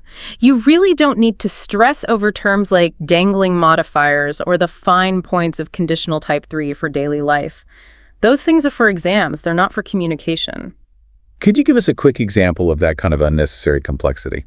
Certainly. So, academically, the subjunctive mood requires you to say, if I were rich, I would buy a yacht. Right. I remember that from school. But in functional, high-fluency conversation, almost every native speaker just uses the simplified form. If I was rich, I'd buy a yacht. And everyone understands it perfectly. Perfectly. It communicates the exact same meaning without the mental gymnastics. Functional grammar focuses only on what you actually use, expressing opinions, showing doubt, describing events. So grammar is not a cage. Not at all. It's a set of shortcuts designed to make communication easier, not harder. Yeah. And once you stop fearing it, you can stop that painful process of memorizing charts and just start learning by using it, by speaking. Even highly proficient speakers, and definitely native speakers, they use simplified, flexible grammar all the time in conversation because that simplification makes communication quicker. It's more fluid. They prioritize the flow of the conversation. Over strict technical rules, absolutely. So what does this all mean for you? I think the takeaway is clear. Stop counting rules and start counting conversation. Yes. Focus on mastering those 12 to 15 functional structures we outlined. Prioritize daily listening to really internalize the patterns and use emotion as that memory glue to make it all stick. And remember, the only thing that truly, truly blocks communication is silence. Not a mistake. Never a mistake. So considering this need for flexibility and the fact that grammar is really meant to be a set of practical shortcuts, how much of your current learning time are you spending on complex academic concepts that even highly proficient speakers rarely use in their daily lives? And could that time be better invested in just solidifying your core 12 functional patterns? That's something for you to explore as you move forward.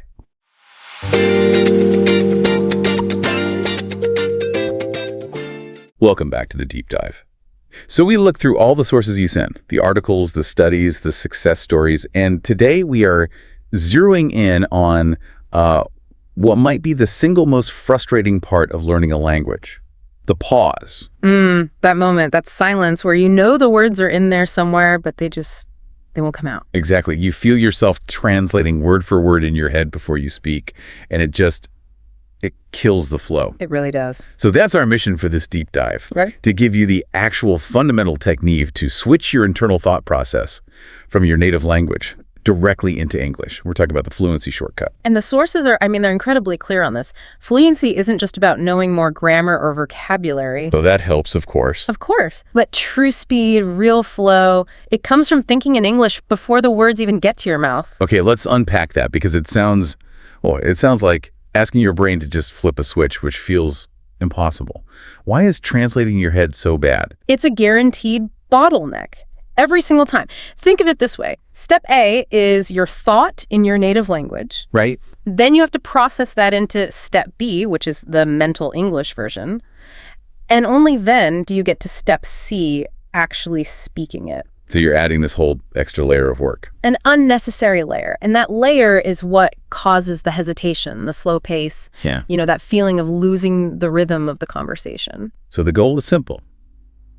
Get rid of step B. Start thinking directly in English. But, that's the hard part, isn't it? The sources say your brain defaults to the language it hears the most. And that's the foundation.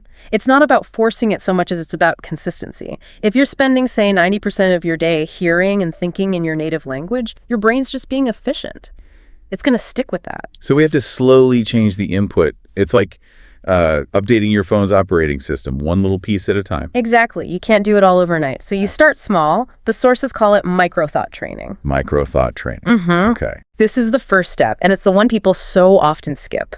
You need to build these small, low-resistance connections in your brain. So instead of trying to think some, deep philosophical sentence. Right, forget that. You just focus on simple internal thoughts about what's happening right now, your immediate reality. It's like, I'm hungry, or I need some water. The light is red. Things like that. The key here is the word micro. These are thoughts you have 100 times a day. By forcing them into English, you're building that new internal pathway. You're telling your brain, hey, this is an English first zone now. Okay, that makes sense. You're laying down these tiny little tracks, and once you have those, you can move on to something more active. Which brings us to technique 2, internal narration. Yeah, describing what you see. This one feels powerful. It's more powerful than it sounds. This is about building a direct link between the physical world and English. So when you're alone, walking somewhere, waiting in line, you just softly or even silently describe what's around you. I can see myself doing that, looking out the window and thinking, that bus is late, or my coffee is getting cold. Exactly. And the beauty of this is that it forces your brain to create a new kind of mental lens. You start to see the world through English. Instead of seeing it and then translating the observation into English. Precisely. That practice starts to shut down the translation reflex almost automatically. Okay, so we've gone from tiny thoughts to observing the world. Now, let's talk about getting deeper into the brain's decision-making systems. Right, we've built the path. Now we need to start building the map. And that brings us to technique 3, which is about your brain's internal search engine. It's replacing your inner questions with English questions. Think about it. So much of your mental state is just a stream of questions, right? Oh, totally. Where did I put my phone? What time is it? What do I need to do next? All day long. And if those questions are happening in your native language, the answers will naturally start there too. You're setting yourself up to translate from the very beginning. So the idea is to catch yourself and force the switch. Instead of my native version of what's for dinner, I need to consciously think, what should I make for dinner? You got it. And this is so powerful because that internal question system drives everything else. When the query changes language, the spontaneous reply starts to change language too. It's like you're prepping your brain for any conversation that might happen. And to keep all that organized, the sources recommend thinking in English, using categories. That's technique 4. Categories are basically mental filing cabinets. If you just try to grab a word out of thin air, your brain has to search everywhere. It's slow. But if you group things together, it's much faster. You pick a theme, like work or food or plans, and you just generate little thoughts inside that category. So for work, I might think, I need to check my email, or that meeting went on for too long. Exactly. It simplifies the search. Your brain isn't looking everywhere for the word deadline. It goes straight to the English work file, where deadline is already sitting next to meeting and report. You're creating a mental map. Okay, this brings us to what the sources called the ultimate fluency shortcut, which I'm really excited about. Technique 5, developing an English inner dialogue. This is the big one. It's the highest leverage practice we found. Teaching your inner voice to speak English. Everyone has that voice, right? The one narrating your life, debating your choices. If you can get that voice to operate in English natively, you've pretty much won the battle. What's the biggest challenge there? I imagine there's a lot of resistance to changing something so fundamental. The resistance is definitely real. That inner monologue is fast, it's messy, it's a deep habit. The key isn't to perfectly translate every thought. It's more about substitution. Immediate substitution. The moment you catch yourself thinking about your schedule for tomorrow in your native language, you have to interrupt it. You force the English version. Okay, so what's the plan for the morning? Or, right, I can't forget that appointment. So the English thought becomes the main track, not just a dub of the original. And the sources made a pretty wild claim about speed here. They said this can make you speak twice as fast. How? Because you're eliminating the conversion step completely. It's gone. When your inner voice is already in English, the moment you decide to speak, the words are just there. You're pulling them directly from your own mind. Directly from the source. There's no routing it through your native language first. That's where you get that massive jump in speed. Your brain is finally operating in a single language mode. Wow. Okay, so once we have the content and the speed, we have to talk about rhythm. Every language has its own sort of music, and English is very smooth and connected. And that flow gets completely ruined if your internal thought is choppy. If you're mentally thinking in fragments like, I need to ask. Then that's exactly how you're going to sound when you speak. It translates directly. The rhythm has to start in your mind. The thought itself needs to flow smoothly, like, I really need to ask him a question because this is important. And to get that flow, you need flexibility, which is technique 6, English substitution training. Yes. Because we all get stuck, right? We're searching for that one perfect word and it just won't come. And everything grinds to a halt. So this is about giving yourself options. You take a simple idea, like, I feel unwell, and you practice expressing it in different ways inside your head. So not just I feel unwell, but maybe I'm a bit under the weather. I feel drained. I'm low on energy. I think I need to lie down. It's like you're building a mental toolkit, so you always have another option ready to go. That's the core of it. Fluency stops being this high-stakes hunt for the one right word and becomes an easy choice between several good ones. That's real flexibility. Now, we have to put up a big warning sign here, because as we're talking about all this, it's easy to fall into the biggest trap. Oh yeah, overanalysis. The enemy of progress. This is what gets the high achievers. They try to think in grammatically perfect sentences in their head. Don't do that. Why not? Because internal thought isn't perfect. It's fast, it's sloppy, it uses shorthand. If you're trying to be your own grammar police inside your mind, you will always be slow. The goal isn't to write a perfect essay in your head. Not at all. It's to generate impulses. Thoughts should be short, fast, and light. Get the meaning across quickly. That's it. Once we accept that, we can move into developing real intuition. And that brings us to technique 7. Practice thought response cycles. Right. This is about creating authentic reactions. You give your brain a little scenario and you let it produce an immediate natural English thought. No translation allowed. Okay, give me one. Scenario 1. You drop your phone. What's the immediate thought? Oh no. Or maybe, seriously. Perfect. Scenario 2. You get some unexpected good news. That's amazing. Or just, yes. See? Those little micro reactions build authentic thinking patterns. They train your instinct to be in English. I like that. Next, we have a really cool one for memory. Technique 8, English memory hooks. This one taps into psychology, right? It does. The brain remembers personal, emotional experiences way better than dictionary definitions, so you create a visceral connection. How does that work? If you learn the word serene, don't just memorize the definition. You link it to a memory. The most peaceful place you've ever been. A quiet lake, maybe? So if I'm trying to remember the word delicious, I shouldn't think of the translation. I should picture that incredible meal I had last year. Yes. You anchor the English word to that sensory memory. Now, the retrieval isn't just linguistic, it's experiential. You think of the memory, and the word just pops up. That's brilliant. Okay, final technique, and this one seems to tie it all together. Technique 9, visual thinking in English. This is about making sure your mind is bilingual visually, not just verbally. When you hear or think of a word, say bicycle. I see a bicycle in my head. Right, but now you attach English descriptions to that image. Old bicycle. It's a silver bike. I should probably fix the chain. You're forcing your brain to accept that the object and its description exist together in English from the start. Which brings us to the ultimate result of all this. If you do these things, these small, consistent shifts, what's the big payoff? Looking at the sources, it all comes down to confidence. That's it. Thinking in English makes you a braver speaker. There's no internal confusion, no translation delay, so there's almost no hesitation. Your mind and your mouth are finally speaking the same language. That freedom, that's what fluency feels like. And we have to leave you with one final provocative thought from the sources. We always focus on drills to fix our accent, right? But they suggest that the more you shift your thinking to English, the more natural your accent becomes on its own. It's a fascinating side effect. Your accent isn't just about your tongue and lips. It's shaped by your internal rhythm.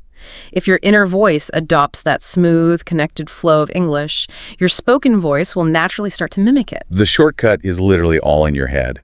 So here's your call to action right now. Start with micro thought training. Look around you, right where you are, and shift the next 3 simple thoughts you have into English. Don't wait. You have the map. Go use it.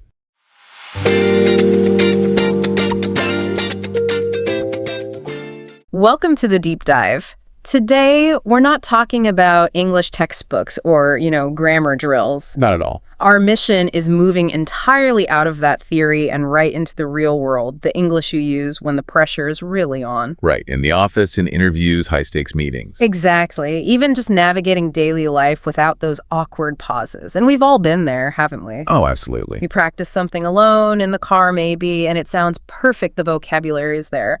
But the second you sit down in a meeting room, It's gone. everything just disappears. Your mind goes blank, confidence is shot, and you either say nothing or, something you didn't mean to. That phenomenon is exactly why we did this dive. The issue we found isn't about knowledge. It's about performance under pressure. Okay. I mean, real-world English, it's not judged on complex sentences. It's judged on three things: control, clarity, and the right tone. And here's the key, right? This is the key insight. Professional English is incredibly predictable. It's built on a pretty small number of formulas and patterns that you can just learn and use. So the good news is you don't have to invent some perfect monologue every single time. You just need the right tool for the right situation. That's it, a toolkit. Our mission today is to break down those exact formulas, and we're starting where I think most people feel the most anxiety. The office. The office environment. Okay, let's unpack this. So when we say office English, what do we mean? It's a specific category, right? It's not super casual, but it's not a formal speech either. We've been calling it professional smoothness. I like that, professional smoothness. The goal is to build rapport, show competence, and the cornerstone of that is replacing any kind of direct negative. With what you call soft clarity. Soft clarity. It's so important because office communication, at the end of the day, is all built on trust. Trust is the currency of the workplace. So if you sound reliable, respectful, not aggressive. You build that trust instantly. Okay, so give us the classic examples. Where do people usually trip up with this? The most common one is just bluntness. You don't understand something, and the gut reaction is to say, I don't understand. Which can sound a little accusatory. It can. It sounds like you're blaming the other person. The professional version is, could you clarify that for me? Right. It shifts the focus. It shows you're willing to learn. Another one is refusal. Instead of that hard stop, I can't do this. Which kills all momentum. Totally. You say, I may need some support with this, or even, I just don't think I can hit that Tuesday deadline, but I can deliver the core parts by Wednesday. I think that's so crucial. It's not about being weak. It's about managing expectations. You become a problem solver. Absolutely. And you can actually hear that reliability in some of the core professional patterns. Phrases like, here's what I suggest. That signals leadership. It does. Or, from my side, it looks like, which, defines your responsibility. And my favorite is the follow-up. I'll update you shortly. I'll update you shortly, or let me confirm and circle back. It makes you sound so structured, even if you're scrambling. That structural part, though, brings us straight to tone. Because the words are only half of it. Oh, not even half. If you say, I may need some support, but your tone is irritated, the whole thing just falls apart. Completely. You have to be able to switch tones smoothly, depending on the situation. And we found there are really 5 critical tones you need in that toolkit. First is the professional tone. Calm, structured. Then friendly, which is warmer, more relaxed. Okay for team building. Then confident, steady, clear. Then polite, which is softer. And finally, direct. Which you have to use carefully. Short, sharp, efficient for urgent things. The ability to switch between those 5 is like a communication superpower. That really is. It's half the battle. Speaking of battles, let's move to meetings. This is probably the #1 source of anxiety for people. It is. People freeze up. They feel like they have to come up with this perfect, long, insightful sentence. And they wait and they wait. And the moment's gone. Right. But thing is, meetings don't run on monologues. They run on short, clear signals. Yeah. The main goal for anyone listening should just be entry. Just getting your voice in the mix. That's 80% of the battle. It almost doesn't matter how complex your point is. Just get in. Okay, so how do you open that doorway without, just interrupting someone rudely? You use these small, almost pre-made entry phrases. They're quick, they're polite. Things like, I'd like to add something here. Okay. Or, one quick point. Or, just to clarify.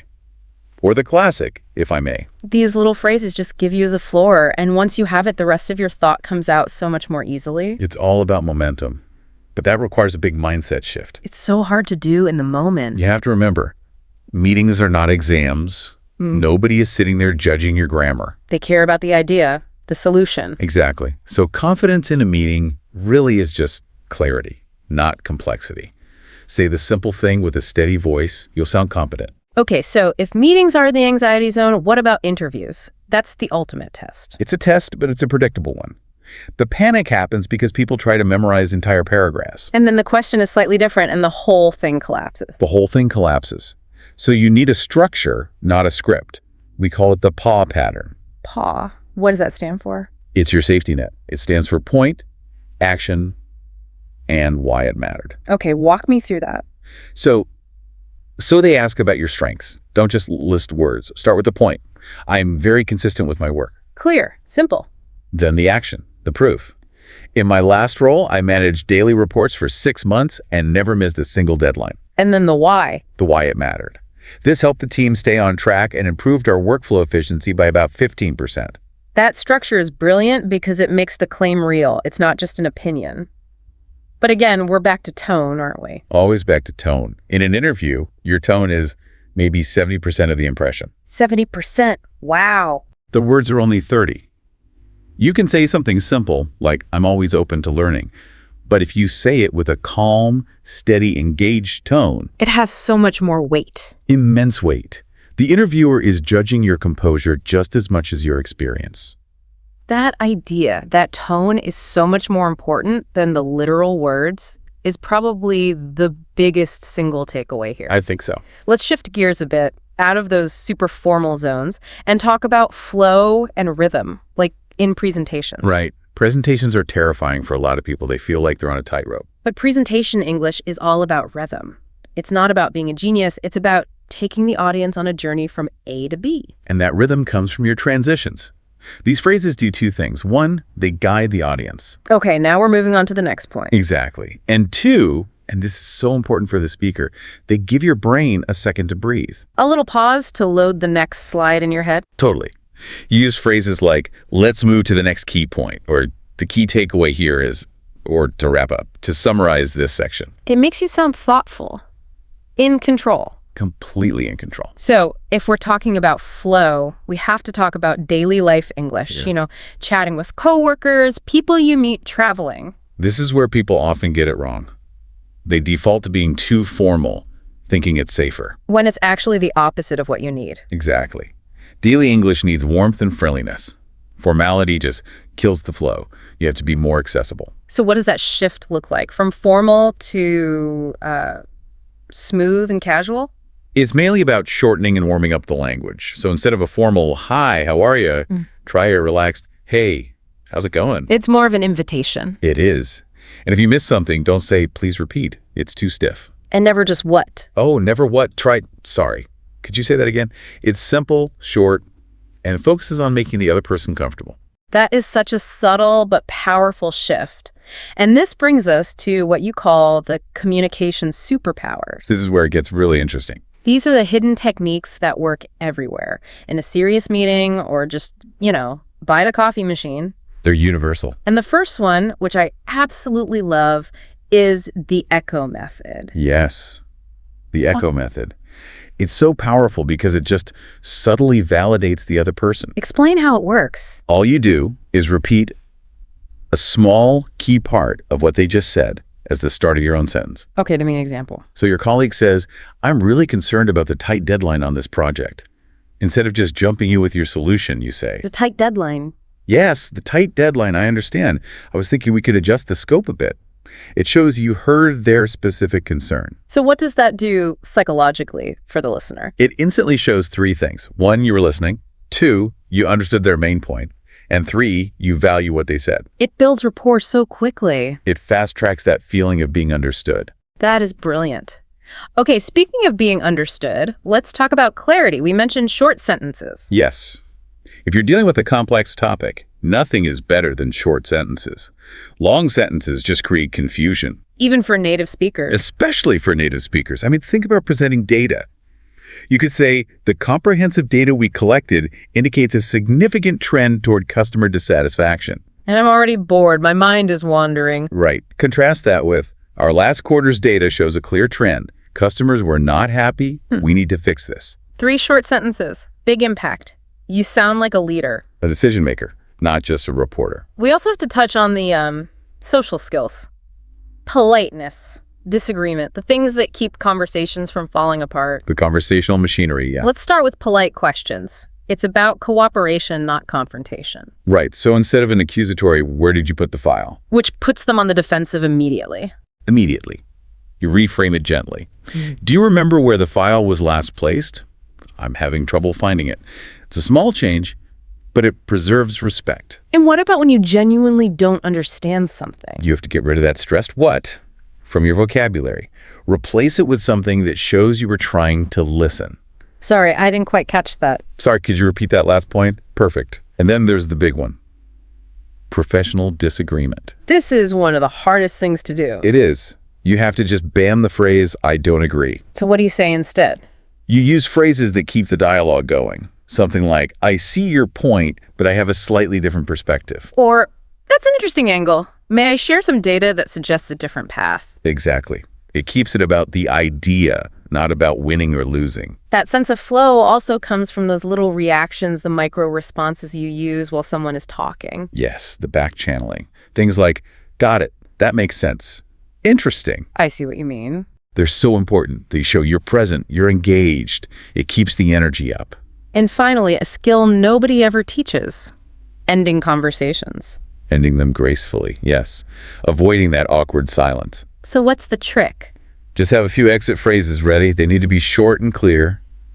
Sounds good. Let's continue this tomorrow. Thanks for the update. Appreciate it. Perfect. It just provides a clean, professional end so everyone can move on. So what does this all mean? We've covered a lot, but the core lesson here seems to be about synthesizing 4 key areas. That's right. Professional English in the office, that needs clarity. Interview English needs structure.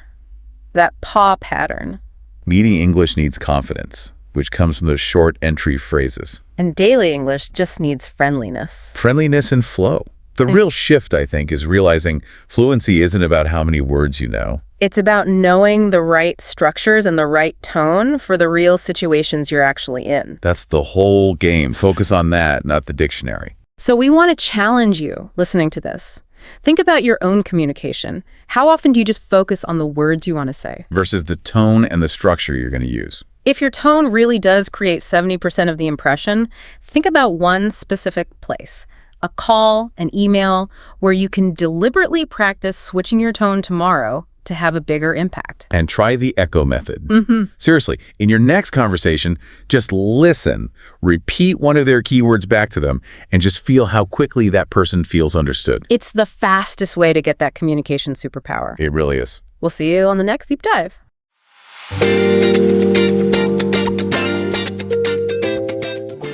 How many times have you started learning English or, any new skill and then just stalled out? All the time. You're dedicated, you get the apps, you buy the books, and then boom, real life hits. Right. So how do you get that big life-altering transformation like actually getting fluent in English without spending years or, a ton of money on tutors? That gap, it just feels huge, impossible sometimes. But today, we are going deep into a source that claims to have, completely flipped the script on this. We've been looking at a roadmap called the 90-Day English Fluency Transformation Blueprint. Yeah, it's less about theory and more about engineering a system that works in the real world. Okay, so what's our mission here with this deep dive? Our mission is to really distill the system for you because it's designed for what it calls real people. Real people. People with jobs, with stress, responsibilities, very limited time. It's a huge departure from the old methods that assume you can just study for 2 hours a day. Which nobody can. Exactly. The core of this whole thing, it really hinges on just one idea. Consistency. Okay. Committing to a non-negotiable but totally manageable 20 to 30 minutes a day. Every single day. For 90 days. Wait, hold on a minute. Only 20 to 30 minutes a day for a transformation. I know how it sounds. That sounds, frankly, a little suspicious. Is this just selling false hope? It goes against everything we're told about mastery. And that pushback is exactly what the blueprint addresses right at the start. They argue that the time invested is way less important than the quality of the habit. They call that old method studying for 4 hours on a Saturday and then doing nothing for 6 days, a guaranteed failure strategy. I've definitely done it. We all have. This system is about 90 consecutive days of input and output. Neurologically, that's just far more powerful. Okay, so let's unpack how they structure it. It's not just one big 90-day slog. No, it's segmented. It's broken into 3 focused 30-day phases: foundation, expansion, and transformation. And the analogy they use is perfect. Fluency has to be built layer by layer. If you skip phase 1, the whole thing just collapses later on. All right, let's dive into that first layer then. Phase 1, the foundation phase, days 1 through 30. What shocked me is that they don't even touch complex grammar here. I know. No big vocabulary lists. Why? Why spend a whole month on just sound and movement? Because you have to build the engine before you try to drive the car. So many learners skip this. They want to rush into speaking complex sentences, but they haven't trained their ears or their mouth muscles. So it's not about being perfect. Not even close. It's about internal comfort. Yeah. The goals are simple. Train the ears, wake up the speaking muscles, start thinking in English, and this is the big one, remove the fear. So 20 minutes a day on this. What do those micro commitments actually look like? It starts with 10 minutes just listening. You pick something short, a podcast clip, a vlog, a scene from a movie. But here's the key detail, the thing that makes it different. You focus on the rhythm, the music of the language, the tone, the rise and fall. You are not trying to understand every single word. So you're just letting the sound wash over you, basically. You're conditioning your ears so the sound of English feels normal, not foreign and stressful. That's a great way to avoid that feeling of being overwhelmed. So after listening, we get physical. Right. The next 5 minutes are for micro speaking. And this is something you do completely alone. Like what? Just talking to yourself? Yeah, describing your room, saying your plans for the evening, anything. The focus here is purely on the movement of your mouth. You're building muscle memory. You got it. It's like a pianist practicing scales. If your tongue and lips aren't used to making the sounds, you'll always be slow and strained no matter how much grammar you know. It's flow over correctness at this stage. And then there's this other part, this micro thought training that happens throughout the day. This tackles that slow, painful translation process in your head. It does. It's about building a mental shift. But how does a busy person actually do that? You can't just walk around the office muttering to yourself. That's why it's micro. It's not long monologues.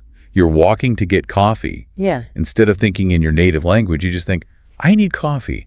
Or meeting in 5. Just tiny little substitutions. Tiny substitutions. You're teaching your brain that English is a functional tool for your reality, not just a textbook subject. Okay, that makes it feel much more achievable.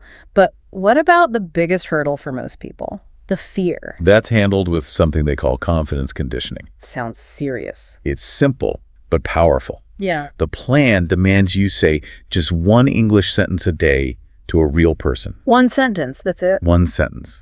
To a coworker, a barista, anyone. The source calls it a form of exposure therapy.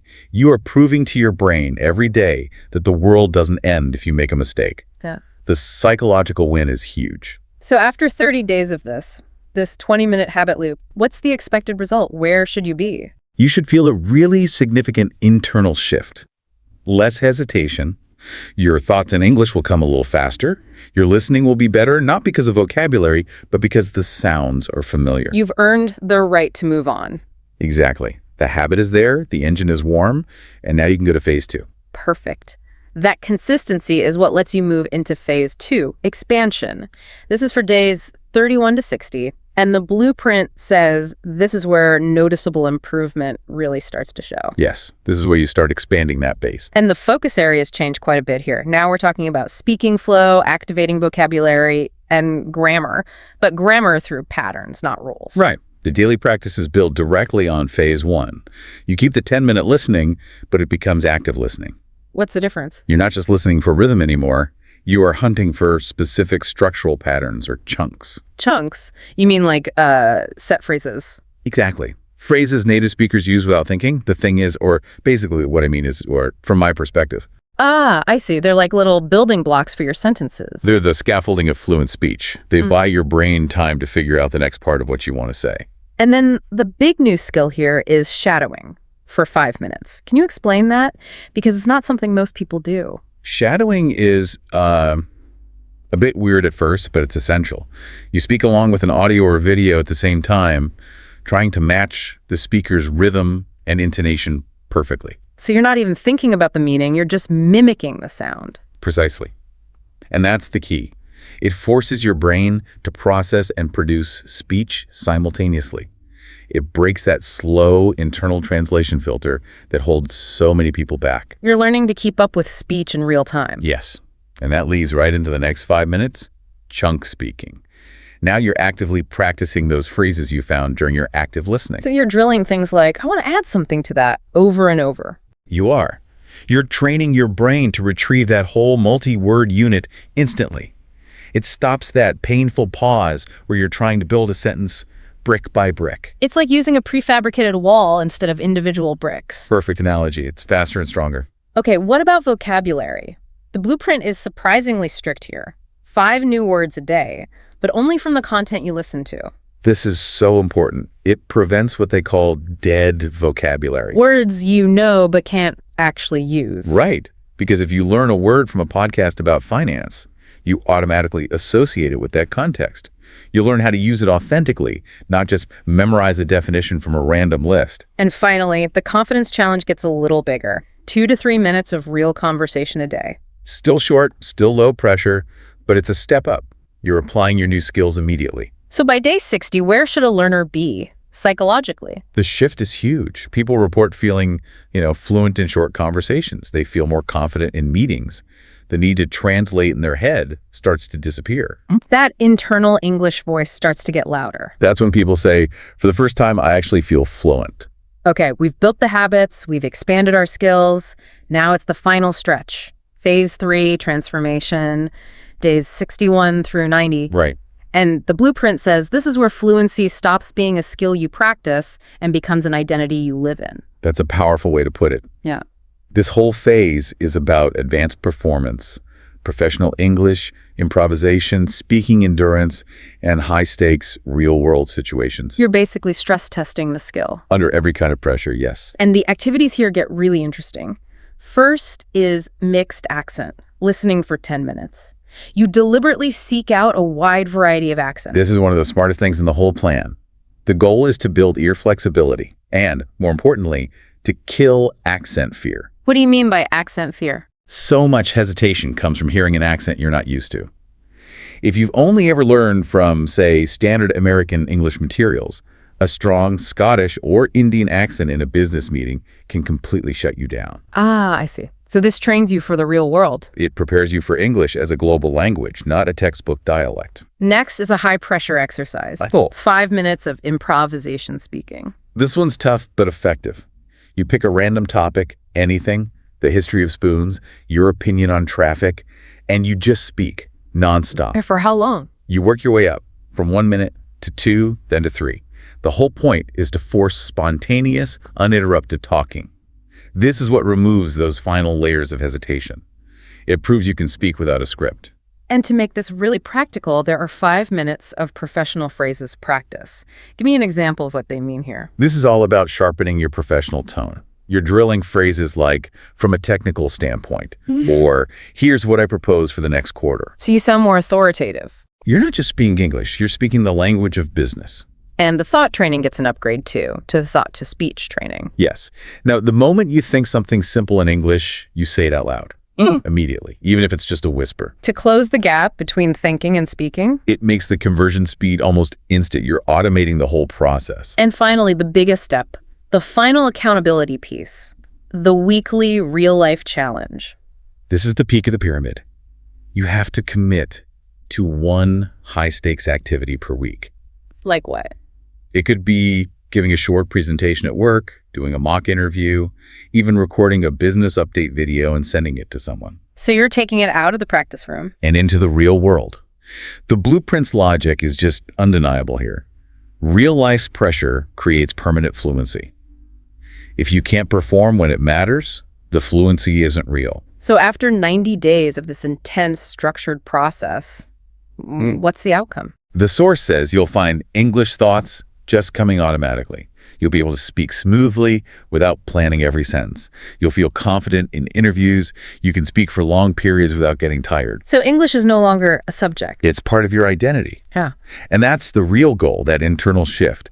You go from feeling like you have to practice English to just feeling like you live in English. From effort to, well, just being. That is permanent fluency. So the promise of this 90-day transformation is about getting real English. English that actually works in the world. It's not about perfect grammar. No, it's about functional fluency. Being able to negotiate a deal, argue a point, land a job, flaws and all. And the key is that once it's a habit, it just keeps growing. Exactly. You're using it as a tool every day, not studying it like a burden. Which brings us right back to the start. If fluency isn't built by time, but by consistency, by these small daily habits, what's the smallest, most crucial habit you can start today? Maybe it's just that one sentence from phase 1. Maybe it is. We invite you to think about it. What will your first 20 minutes look like right now? If today's episode touched something inside you, a desire to grow, a silent dream of speaking confidently, or the feeling that you're capable of more, then don't let that feeling fade. Turn it into action. Even one step you take today can change the direction of your entire communication journey. And remember, professional success doesn't start with perfect English. It starts with the courage to improve. The moment you decide, I'm ready to grow, your entire future begins to shift. Opportunities open, conversations become easier, and the world starts hearing the real you. So if this episode resonated with you, take a moment right now. Follow the podcast, share it with someone who needs hope, and commit to one small habit from the 90-day plan. Your transformation won't happen someday. It begins the moment you choose yourself. We believe in your voice. We believe in your potential. And we'll be right here, guiding you, episode by episode, as you step into the confident, fluent communicator you were always meant to be.